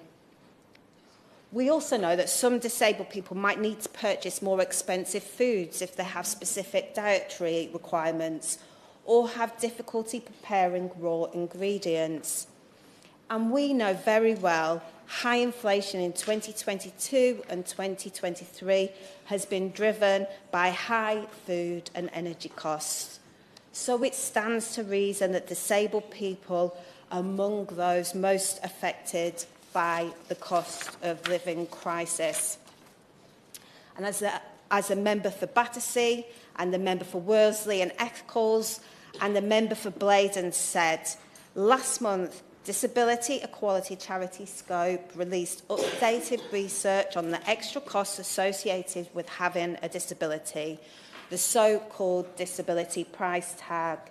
And when Scope last calculated the price tag in 2019, it stood at £583 per month. And over the last 4 years, it has risen to a shocking £975 per month, equivalent to 63% of household income. And this means that disabled households need to find almost £12,000 extra per year to achieve the same standard of living as non-disabled households. And as the Honourable Member for Putney articulated, the challenges for young people with cancer, having not built up a safety net, and the extra costs they face, and particularly with many missing hospital appointments due to not being able to afford their travel costs. This obviously wasting money in the system, as well as delaying their essential treatment. It's heartbreaking. And the impact of these rising costs is further exacerbated by the fact that disabled people also tend to have lower than average earnings. In its January 2023 report, the resolution found that the gap in household income between adults with and without a disability was around 30%, including disability benefits, and 44% excluded in them. And as we know, disabled people who are not able to work are entitled to claim income replacement benefits. And in addition, all disabled people can claim extra cost benefits to help cover the extra costs with having a disability. And I'm sure the Minister will respond when he comes back to us that in the autumn statement, the Chancellor committed to uprating benefits in line with inflation. However, this only took effect from the start of 2023-24 financial year. And no doubt he will also tell us that the government has taken steps to support disabled people through the crisis by delivering the disability cost of living payments. But as the Honourable Member for Blaydon said, 80% of disabled people said this wasn't enough to live on. Now, at a similar debate last week, I reminded the Minister that hundreds of thousands of people are no longer entitled to the Warm Homes discount, and many members have mentioned this today. So, since the government excluded those who claim disability living allowance, personal independent payments and attendance allowance. So I do hope that he responds to the many questions that have been asked on this. And in addition, Disability Rights UK, among many others, have said that the lack of meaningful increase in disability benefits over recent years means that the extra support given to disabled people has barely touched the sides. Trussell Trust figures show that even in early 2020, 62% of working age people referred to food banks were disabled. And a MENCAP survey has revealed that 35% of people with a learning disability have skipped meals to cut back on costs, and 38% had not turned their heating on despite being cold. And the Honourable Member for Oldham East and Saddleworth and Battersea talked of the importance of incorporating the UNCRPD into law.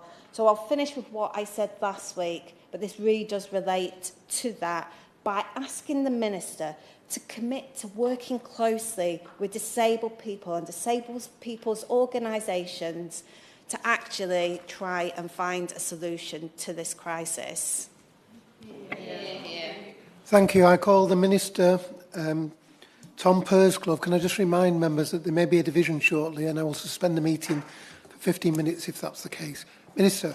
Well, thank you very much, Sir Mark, and it's a pleasure to serve under your chairmanship. And can I just begin by thanking the Honourable Lady for Battersea for introducing this debate. We don't always agree on everything, but she undoubtedly speaks with great passion about these issues. And may I also thank Abigail and Katie for the work that they've done to bring forward these petitions that we are considering in the House today, and to members from across the House for their heartfelt and thorough contributions to this debate. I don't think there's any question that any honourable or right honourable member in this House is not acutely mindful of the enormous pressures and challenges that people feel in the current climate. And it is right, I think, that we come together as a House and that we debate these issues. We debated these issues last week, we're debating these issues again today, and I've got no doubt that there will be further opportunities where we will debate them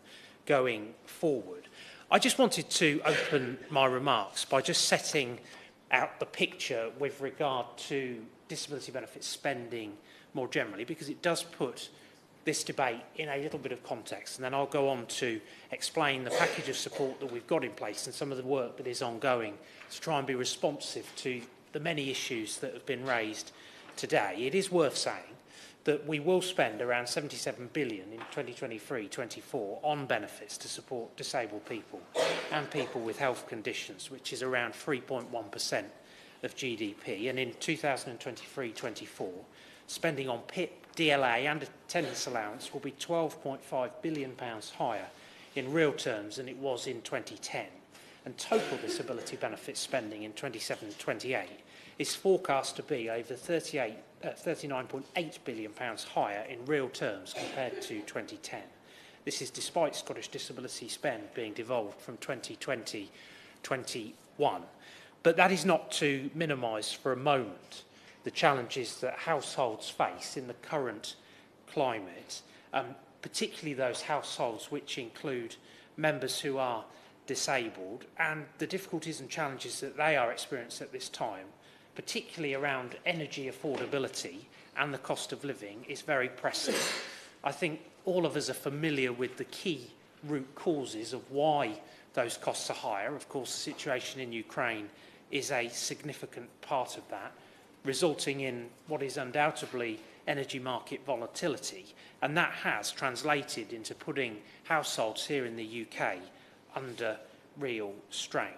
And as a government, and I said this last week, but I think it's important to just get this on the record again, we as ministers are not complacent about the fact that we are adamant that vulnerable energy users must be able to afford their bills, and we recognise that for many of those households there are inevitably higher costs associated with that usage, and that is why the Chancellor and the Prime Minister acted decisively to introduce the cost of living payments and the structured support that we have provided. That was worth over £94 billion in 2022-23 and in 2023-24, and that's an average of over £3,300 per UK household. And we've also, as has been commented upon in a number of the contributions, uprated benefits in line with inflation at 10.1%, which again I think was the right thing to do. We listened to the views of disabled people, their representative groups, members in this House, and of course constituents of ours across the country, regardless of which party we represent. And we concluded, having listened to those compelling arguments, that it was the right thing to do to uprate benefits in line with inflation in that way. I also just want to recap on the cost of living payments picture that we saw in 2022-23. What we saw was the government prioritising paying cost of living payments worth up to £1,100 for some households during the 2022-23 financial year. And I think, actually, as a Minister in the Department for Work and Pensions, something that we can be incredibly proud of as a department was the work that officials did to help us to make sure that that payment hit people's bank accounts. And 30 million cost of living payments were paid during the course of last year, and that included 8 million households receiving up to £650 across 2 payments, over 8 million pensioner households. Order, order. As I said earlier, the sitting is suspended for 15 minutes for a division in the House, or if there's another division, 25 minutes if there's 2 divisions. So the sitting will be resumed later. Order. Okay, we'll come back to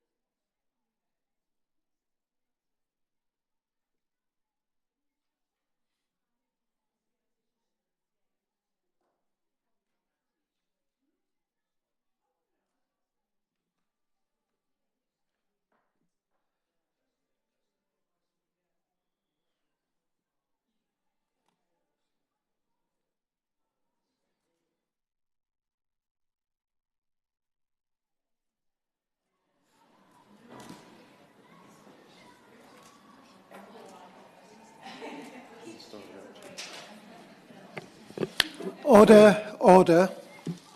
The sitting is resumed. The debate now may continue until 7:45. I call the Minister, Tom Pursglove. Well, thank you, Sir Mark. And just to resume from where I got to before the interval, over 8 million pensioner households received an additional £300 on top of their winter fuel payments, and 6 million entitled to an extra cost benefit such as personal independence payment or adult disability payment in Scotland received £150. And then there was, of course, the wider package of support during the course of the financial year, including the energy price guarantee, which capped fuel bills at £2,500 for average use. And colleagues across the House will recognise that that support has been extended until next month. The £400 off of domestic electricity bills received by every household in Great Britain, as well as the council tax reductions for bands A to D in England. And one area of support which I think is particularly important as part of our overall package is the Household Support Fund, which we extended twice, and including support for the devolved administrations through that package in terms of consequential funding. And that has stood at £1.5 billion since October 2021. And that is important discretionary help, which is designed very specifically to allow local authorities to work with people in their communities where there are particular needs that they have that are not necessarily able to be met through the wider structured package of support. There is that sensible discretion able to be applied on a local basis to make sure that extra support can be provided to people who need that on a case-by-case basis. And I happen to think that that was quite a significant and important part of the package of support to reflect the fact that people's circumstances are often complicated and they don't fit into neat boxes. When it comes to cost of living support in 2023-24, again, colleagues will recall the Chancellor setting out at the autumn statement our intentions around the package of support for the year ahead. 8 million low-income families will get £900 on means-tested benefits. And as a department, my department has already delivered 99% of the first cost of living payment of £301 to the 7.3 million households in receipt of a means-tested benefit, such as universal credit. That represents payments to a value of £2.2 billion. And I'm also pleased, and actually the Honourable Lady for Motherwell and Wishaw suggested that not much had changed since we met last week, but one update I am able to provide for the House is that last Friday, my honourable friend, the Minister for Social Mobility, Youth and Progression, laid in Parliament the regulations which allow us to pay over 6.5 million people on an extra cost disability benefit an additional £150. Those payments will land in people's bank accounts starting from the 20th of June. Again, that is important help that is being provided, and I'm pleased that we're now able to give certainty around the timetable for that. And we've also laid the regulations which mean that pensioner households will again get an additional £300 on top of their annual winter fuel payment this winter, as they did last year.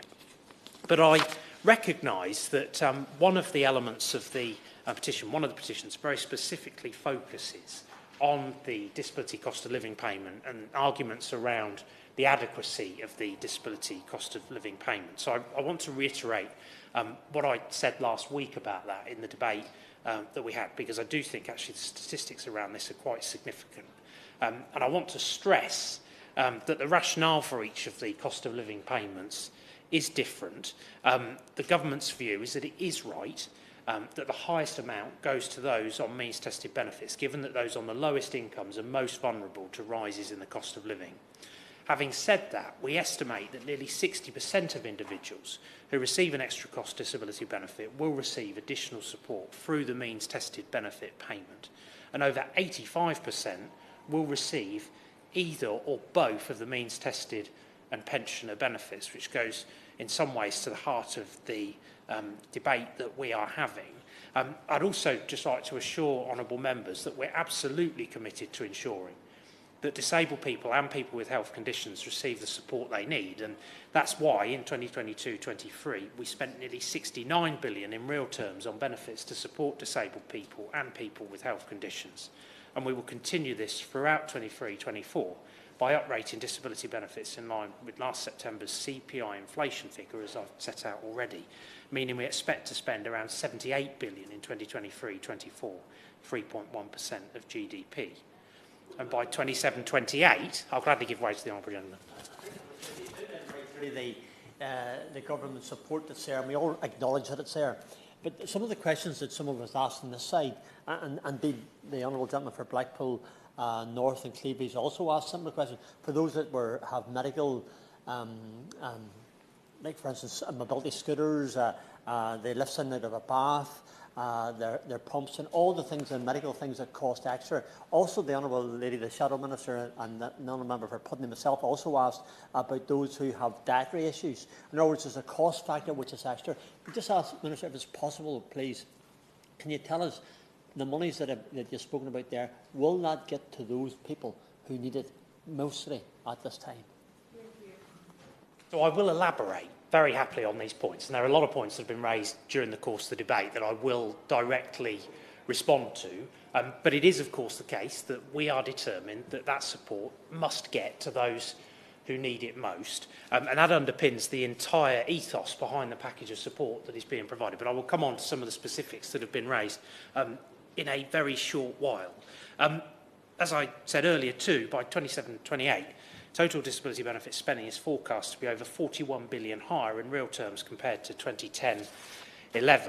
And in terms of spending on the extra cost disability benefits, that alone will amount to some £35 billion this year, all paid tax-free in addition to any other support, financial or practical, that disabled individuals may receive. But one point that I specifically wanted to deal with was the one that was raised by the Honourable Lady for Putney. And the first thing to say is that I would be very happy to meet with her and the charity to which she referred. I'm always very happy to meet with colleagues. I think that colleagues would say that as a minister I am always willing to engage, and that I try my best to say yes to as many requests as possible, because I think it's really important to hear the experiences of disabled people, their representative organisations, and that we have that constructive dialogue in the way that the Shadow Minister indicated was important. I completely accept that, and that is reflected in the work that I do and in the engagement that I have week to week. And so I'd be very happy to say yes to that engagement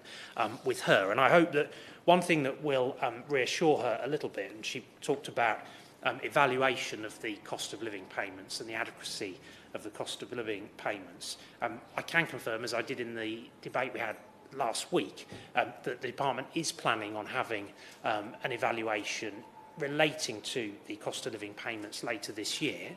And alongside that, I'll gladly give way to the Shadow Minister. It's very interesting what the Minister's saying about an evaluation, and I know that many times I've asked written parliamentary questions, I've done freedom of information requests and so forth around the government actually publishing and being open and transparent with their evaluation. So I wonder whether or not when that evaluation takes place, the Minister will commit to ensuring that it's published.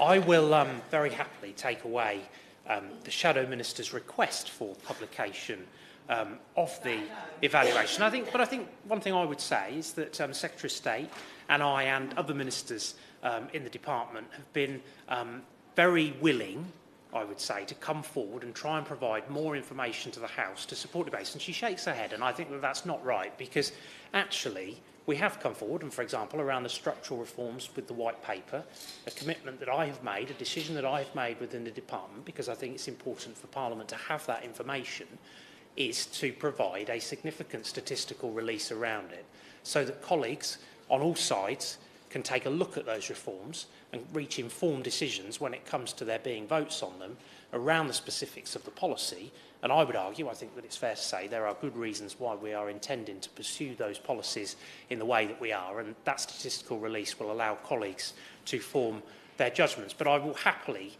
take away the specific request around publication. And of course, there are very significant statistical releases that we provide as a department, as well as reports that are put into the public domain at the conclusion of them. We're at the early stages of beginning this work, but I'm really happy to look at this through that lens, because I think where we can try and provide greater information to support parliamentary debate, to support those that we work with to get the packages of support right, I think it's not unhelpful wherever possible that we provide that information in a way that is accessible beyond the department. And the Disability Unit is also seeking to understand and evidence the full impact of the current cost of living on disabled people across a range of sectors. That work is ongoing, and again there is good dialogue and engagement going on with disabled people, with their representative groups about that, so that we completely are able to look at this situation in its totality,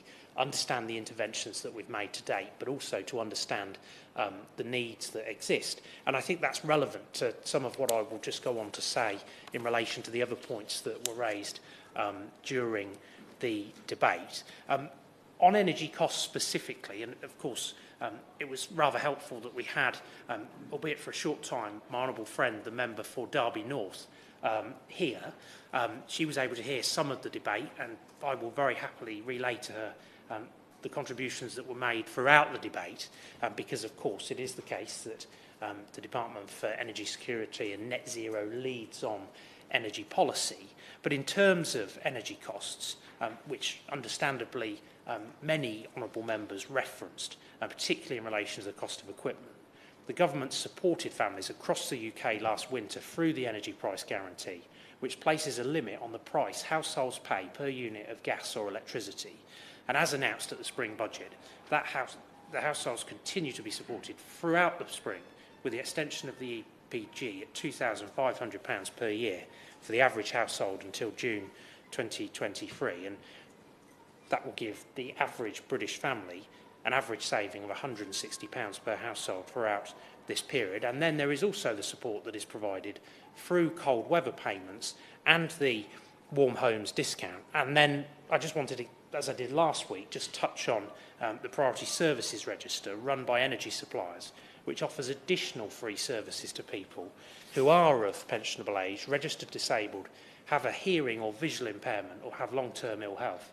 This register helps to ensure that people in vulnerable situations are able to access extra help when needed, such as if there is a power cut. And with that, I'll gladly give way to the Honourable Lady. I wonder if the Minister is going to say more about warm home discount, because very many of us in this debate raised that. And I have felt, on behalf of people who found that they couldn't get it, including people that had that discount before, that this has been very harsh this winter.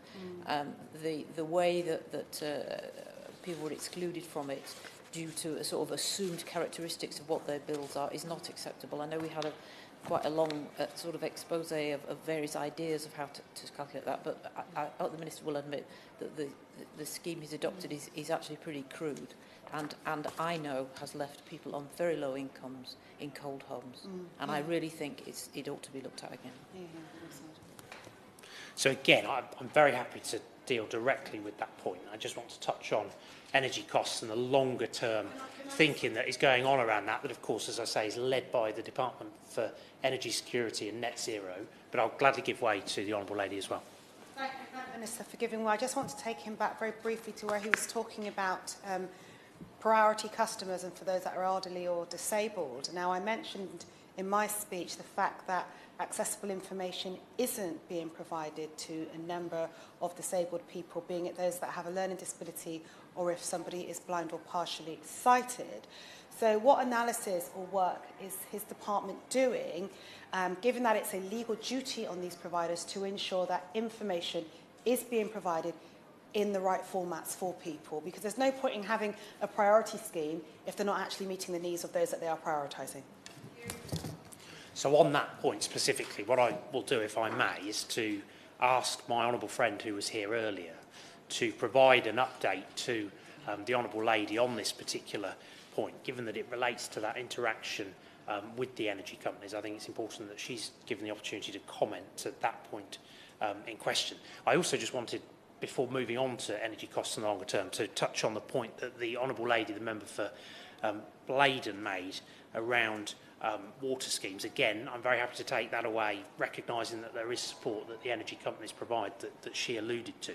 But again, I'd be very happy to raise that with ministerial colleagues elsewhere who have responsibility directly for policy around water. And she mentioned Marie Curie and the work that they're doing. I would particularly like to just place on record my thanks to them, given that she touched on situations involving people who are at the end of life, for the brilliant advocacy and campaigning and the work that they did with my department and with the officials at the DWP to help us to get the special rules for end-of-life changes right, that will be a significant help to many families across the country at a time when actually they should be spending that time with their loved ones as a family and with friends and not having worries about their finances. And I think that the special rules for end-of-life changes that have been introduced, allowing that fast-track help to be provided for a longer period of time, is an important change that members in this House campaign for, as well as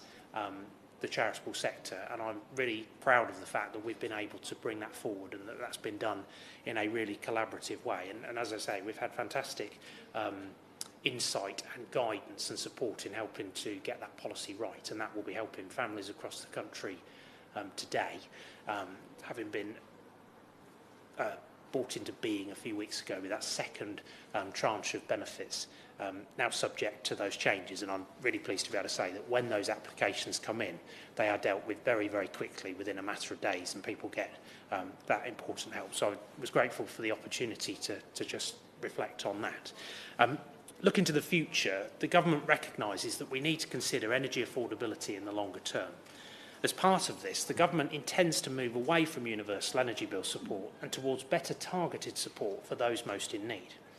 As set out in the 2022 autumn statement, we are working with consumer groups, charities and industry to explore possible options for a new approach to consumer protection, such as a social tariff from April 2024 onwards, as part of wider retail market reforms. And actually, there is, as well, just to add to that point, engagement ongoing between ministers and with disabled people's organisations and their representative groups to understand what that might look like and to make sure that those views are included as we look to that work. And this work includes thorough engagement around that with disability organisations, considering the costs for people with medical equipment and assessing the potential need for specific support for vulnerable and disabled people using energy-intensive medical equipment in the home. This new approach will be aligned to our objectives to deliver a fair deal for consumers, to ensure that the energy market is resilient and attractive to investors over the long term, and to support an efficient and flexible energy system. Any new approach will also need to promote competition within the energy markets and be consistent with our wider objectives to improve energy security and deliver net zero. And just while I'm on that particular point, on this specific issue of medical equipment, it is fair to say that we are looking at this on a cross-government basis. And I know, for example, that the Department of Health and Social Care and NHS England are supporting the Department of Energy Security and Net Zero's review of energy rebates and refund schemes that are currently available for users of medical equipment at home. And they're also supporting the department's policy development work in this area, which they plan to publish for low-income vulnerable energy consumers post-April 2024. I also understand that there are arrangements in place involving specialised NHS services and integrated care boards, which will, of course, no doubt want to consider carefully as part of that wider landscape as we move forward around the energy reforms that I've described. And when it comes to those market reforms, I'll gladly give way to. Costs for machinery. It seems there are different understandings about what is available and how well known it is. And I wonder whether the work that's currently being done will ensure that it's widely known and widely available to people who need this essential equipment. Again, I think as we had quite a good debate about awareness last week, and one of the things I undertook to do was to go away and see what more we can do to increase awareness. And that's why I think the engagement is really important, actually, and why having such thorough engagement, including disabled people and their representative bodies, is so key. Because what we want to do is to make sure that these reforms reflect their views, their experiences, their needs. And I would say that the awareness piece is absolutely fundamental in all of that, to make sure that people are aware properly of the support that is available to them. And with that in mind, as set out in the Energy Security Plan released in March, the Government intends to consult on options for this new approach this summer.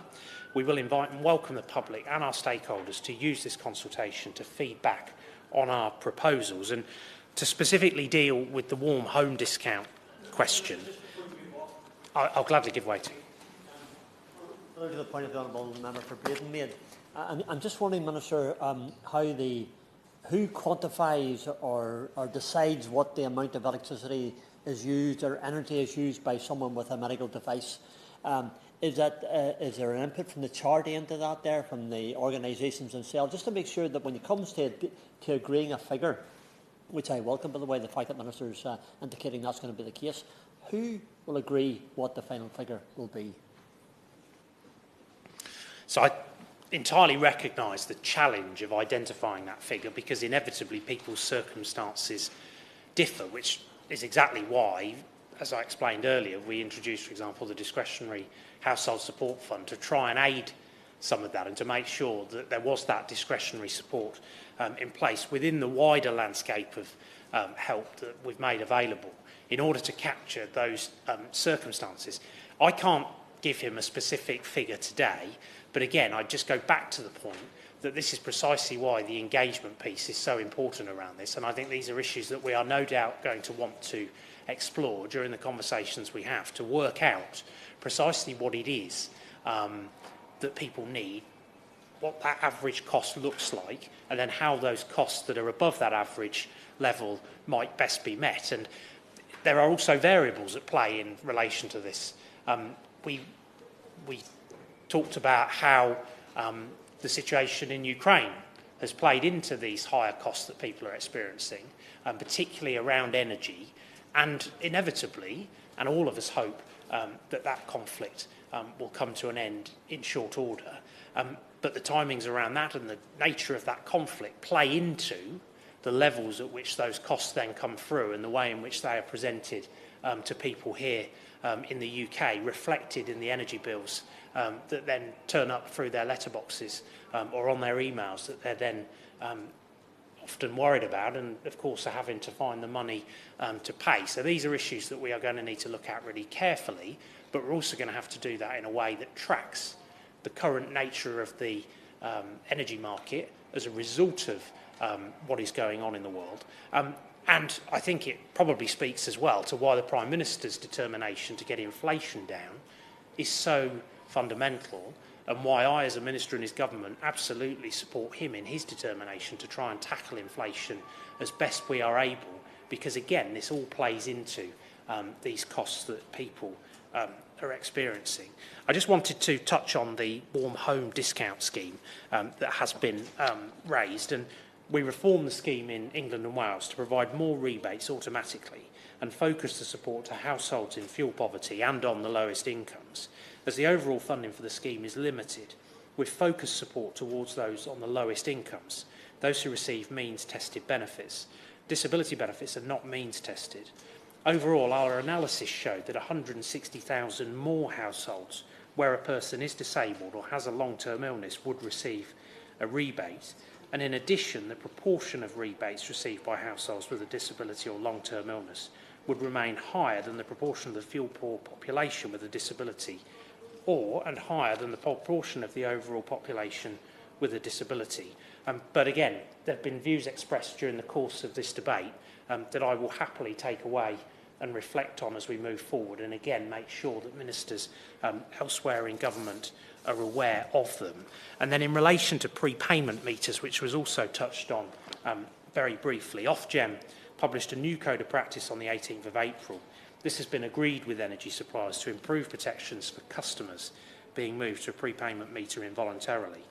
This is, of course, a step in the right direction, with better protections for vulnerable households but the code of practice is not the end of this process. And we've always been clear that action is needed to crack down on the practice of forcing people onto prepayment meters, especially the most vulnerable, and the Department for Energy Security and Net Zero will continue to work closely with Ofgem and industry to see that the code leads to positive changes for vulnerable consumers and won't hesitate to intervene again if necessary. And I've got no doubt that if we do not see the progress that we want to see on this, that we will have more debates in this House around that particular issue that I know is of real concern to people, having seen egregious cases reported upon in the media, but also reflected in our inboxes as constituency MPs. I also wanted to say something about energy efficiency, because the best way of protecting households is by lowering the costs of the energy that we consume and reducing the volumes that we use. This means taking further steps on energy efficiency.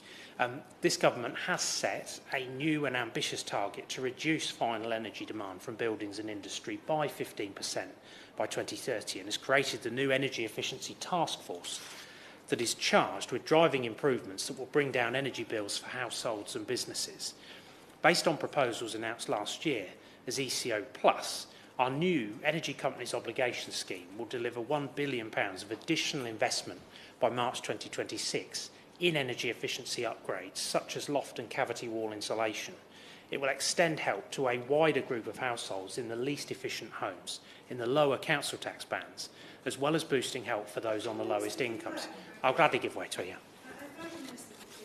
He's absolutely right to talk about energy efficiency in one context, but on the other hand, to truly really acknowledge that disabled people face additional energy cost bills because of their disability.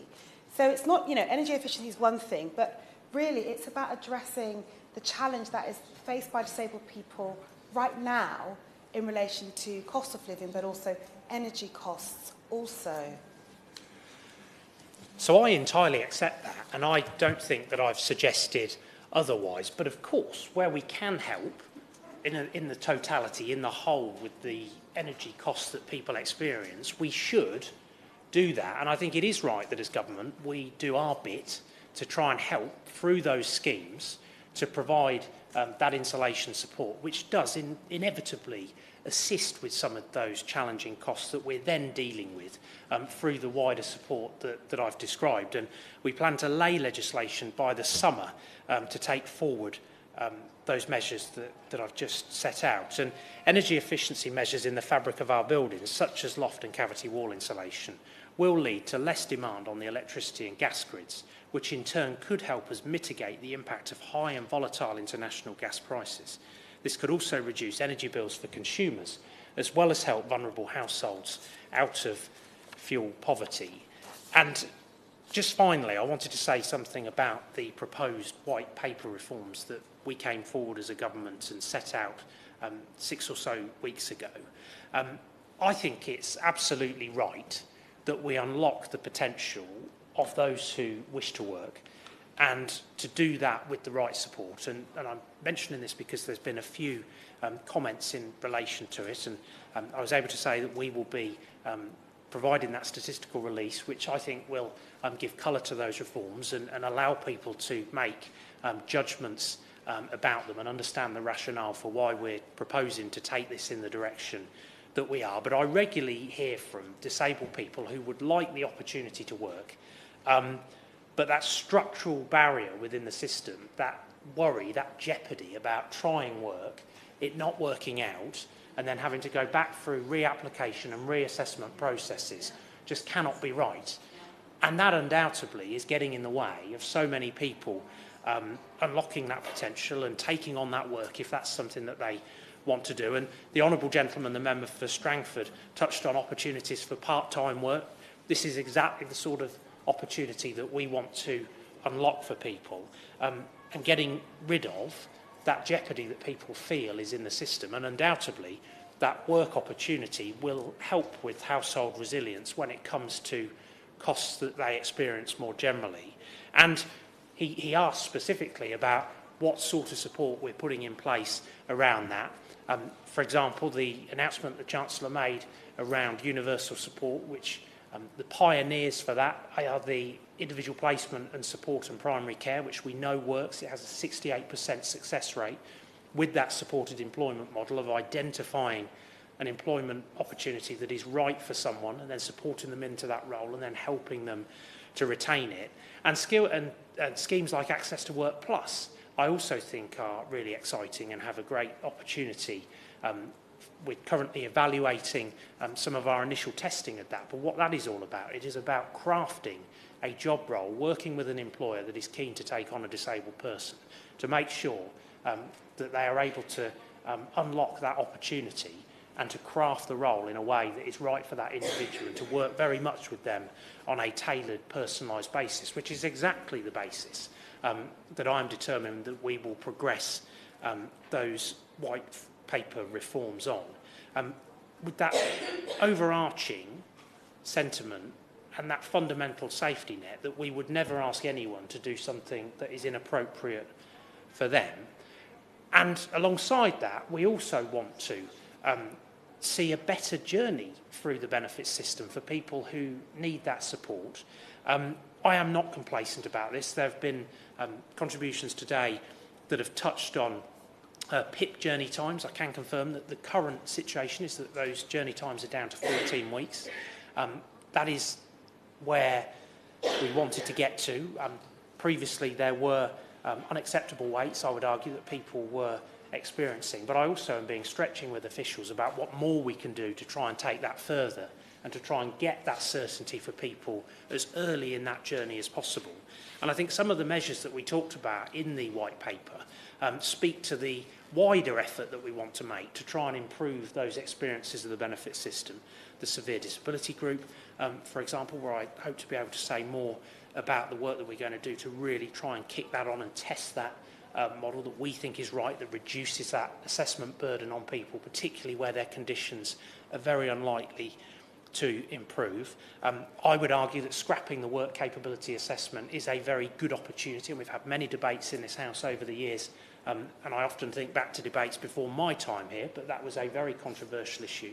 And I think that scrapping the work capability assessment is the right thing to do, and it allows us an opportunity to really focus in on quality decision making over and above the current picture. We want to better gauge fluctuating conditions within the benefit system, and we want to test that to see what we can do to provide better quality support and help for people navigating the benefit system with fluctuating conditions, as well as that piece of feedback that came through loud and clear from people in the Green Paper consultation response, where they said, we want to see the department matching expert assessors with our particular condition because we think that that will lead to better outcomes with a greater understanding around that. So I'm looking forward to the opportunities to debate these issues and these opportunities in the weeks and months ahead, and I'll gladly give way to the Honourable Lady. The Minister was winding to his last few sentences. I didn't want us to leave this debate without raising again my thanks to carers and the We Care campaign, who've done such a wonderful job. He hasn't mentioned carers much, which is disappointing, given that this was carers were mentioned such a lot.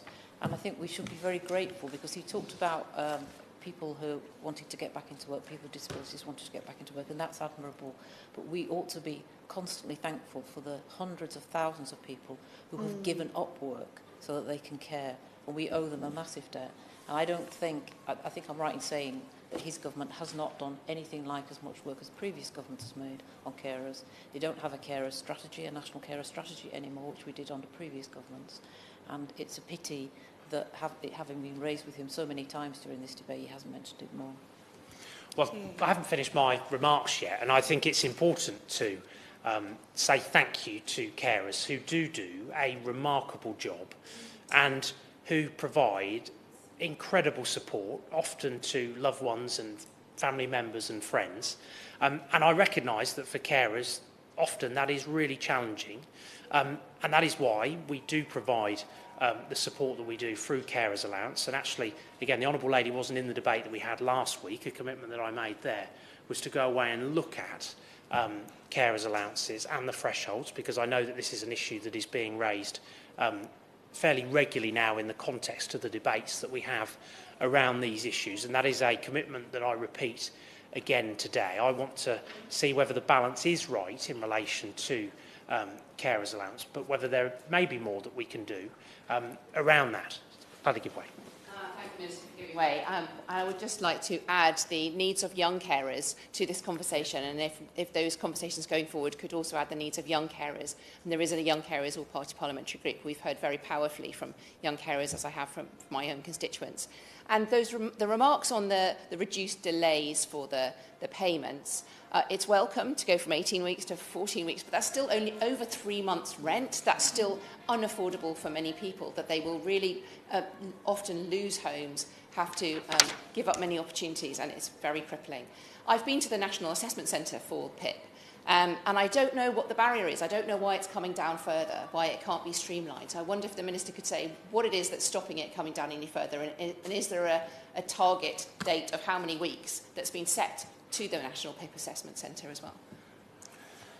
So where we are is at the moment, the journey time for PIP is 14 weeks, and the situation, and I'm very happy to provide her with some more information around this separately, and I'll gladly write to do that. But the whole thrust of the reforms that we are seeking to introduce are all about trying to get those journey times down as much as possible, trying to get more decisions right first time, because I think all of us would want to see greater certainty for people as quickly as possible. And I am very keen to hear people's experiences and expertise about how we can best do that. That is precisely why the tests and trials were included within that white paper package. I think when you bring the package together as a holistic set of reforms, it is undoubtedly the largest welfare reform that we've seen for over a decade, but we've got to get it right because there's such an opportunity here. And I really hope that over the course of the coming weeks, months and years, we can have a constructive debate in this House about how we take those forward, and I think that would be a valuable insight as we progress with that work. Gladly give way. I thank the Minister for giving way. Can he elaborate just a bit more on why personal independence payment, we all know that it's an extra costs benefit, but he wants, under the proposals in the white paper, they are seeking to use that assessment framework almost like a replacement to the WCA. Now, as we've all highlighted, we've called for it to be scrapped for years, and we're really pleased that the government finally have listened to disabled people, the opposition and others. But does he recognise that PIP is an extra cost element of support, therefore using it to try and replace an income replacement form of social security can't be right? The feedback that we hear time and time again is that people want to see the assessment burden considerably reduced. And I think that I would like to hope that all of us can rally round and say that we think that that is the right thing to do, to then respond to that feedback and act upon it. I'm not envisaging fundamental change to the PIP assessment being required.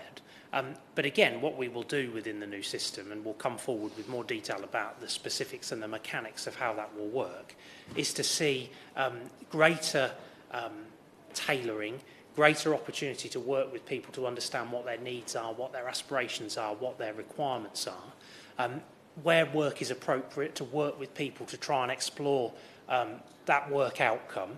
I think things like universal support are important as part of that. I think things like IPSPC are important as part of that. I think the additional work coach time commitment that we've made that has just gone live in the second third of job centres and will go live in very short order in the final third are really important in helping to set out the direction of travel that we are looking to take and give a feel for the system that will be in place.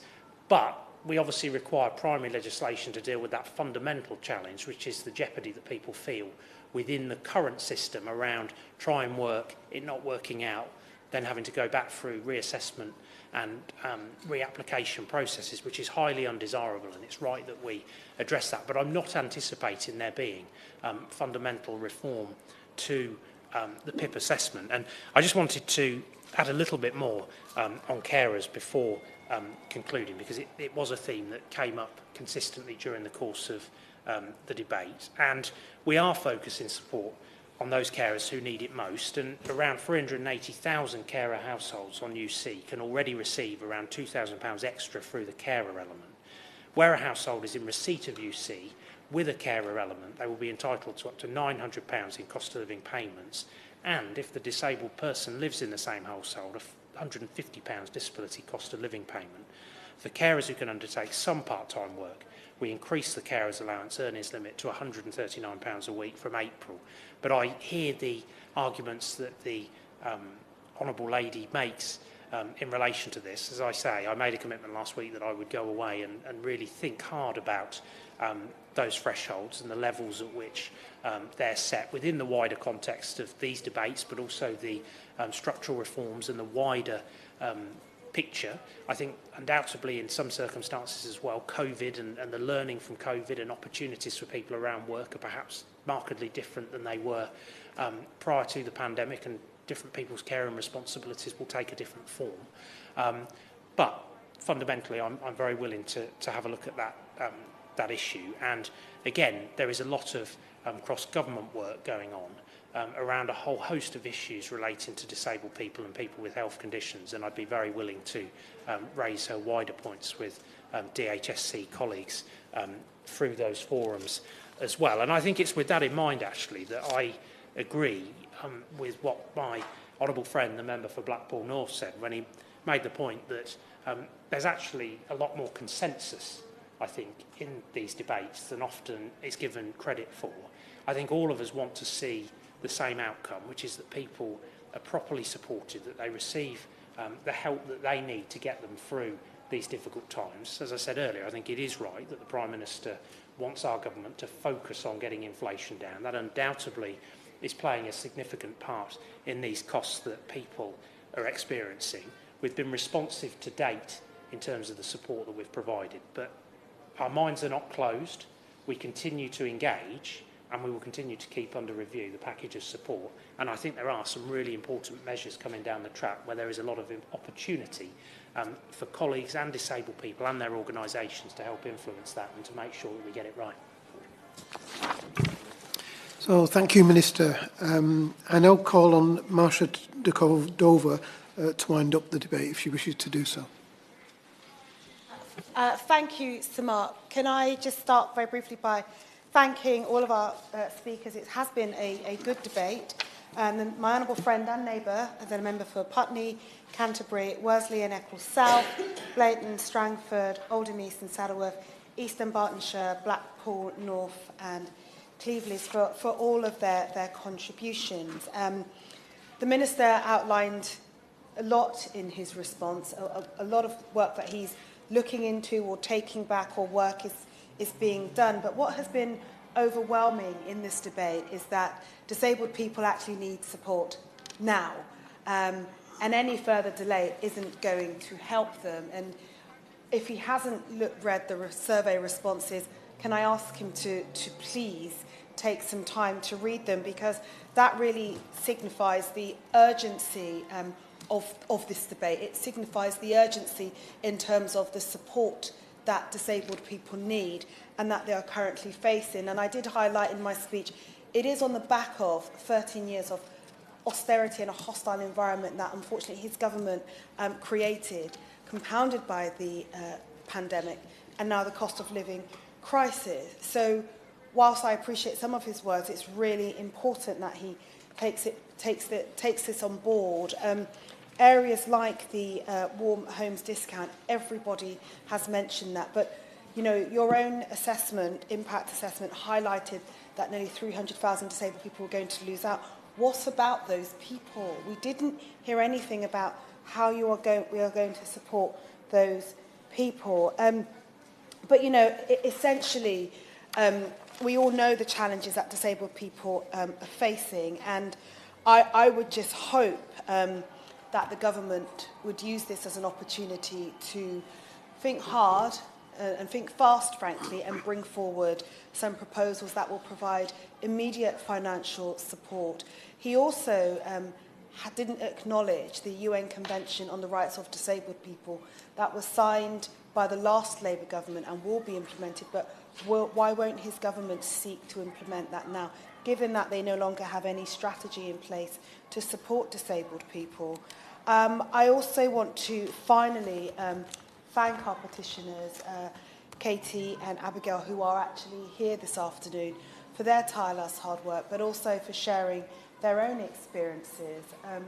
I know the challenges that you face and the difficulties in terms of what your disability does to you to live out a daily life and to live independently. So thank you once again. And I suppose the final point I would say, when we are looking at disability, Minister, it is about the social model of disability as opposed to looking at it in a medical context. You think about it from a social model perspective, then you'll recognise that it is some of the societal barriers that need to be broken down that will enable disabled people to live an independent life and their human rights are preserved. Thank you, Chair. So the question is that this House has considered E-petitions 610300 and 617425 relating to the cost of living and financial support for disabled people. As many as are of that opinion say aye. Of the contrary, no. I think the ayes have it, the ayes have it. Order, order, the sitting stands adjourned. Thank you.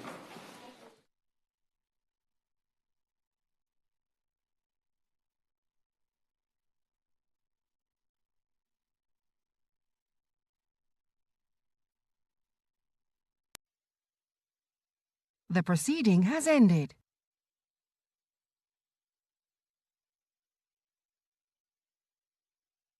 The proceeding has ended.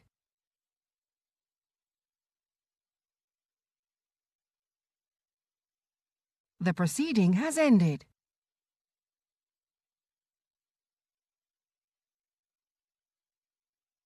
The proceeding has ended.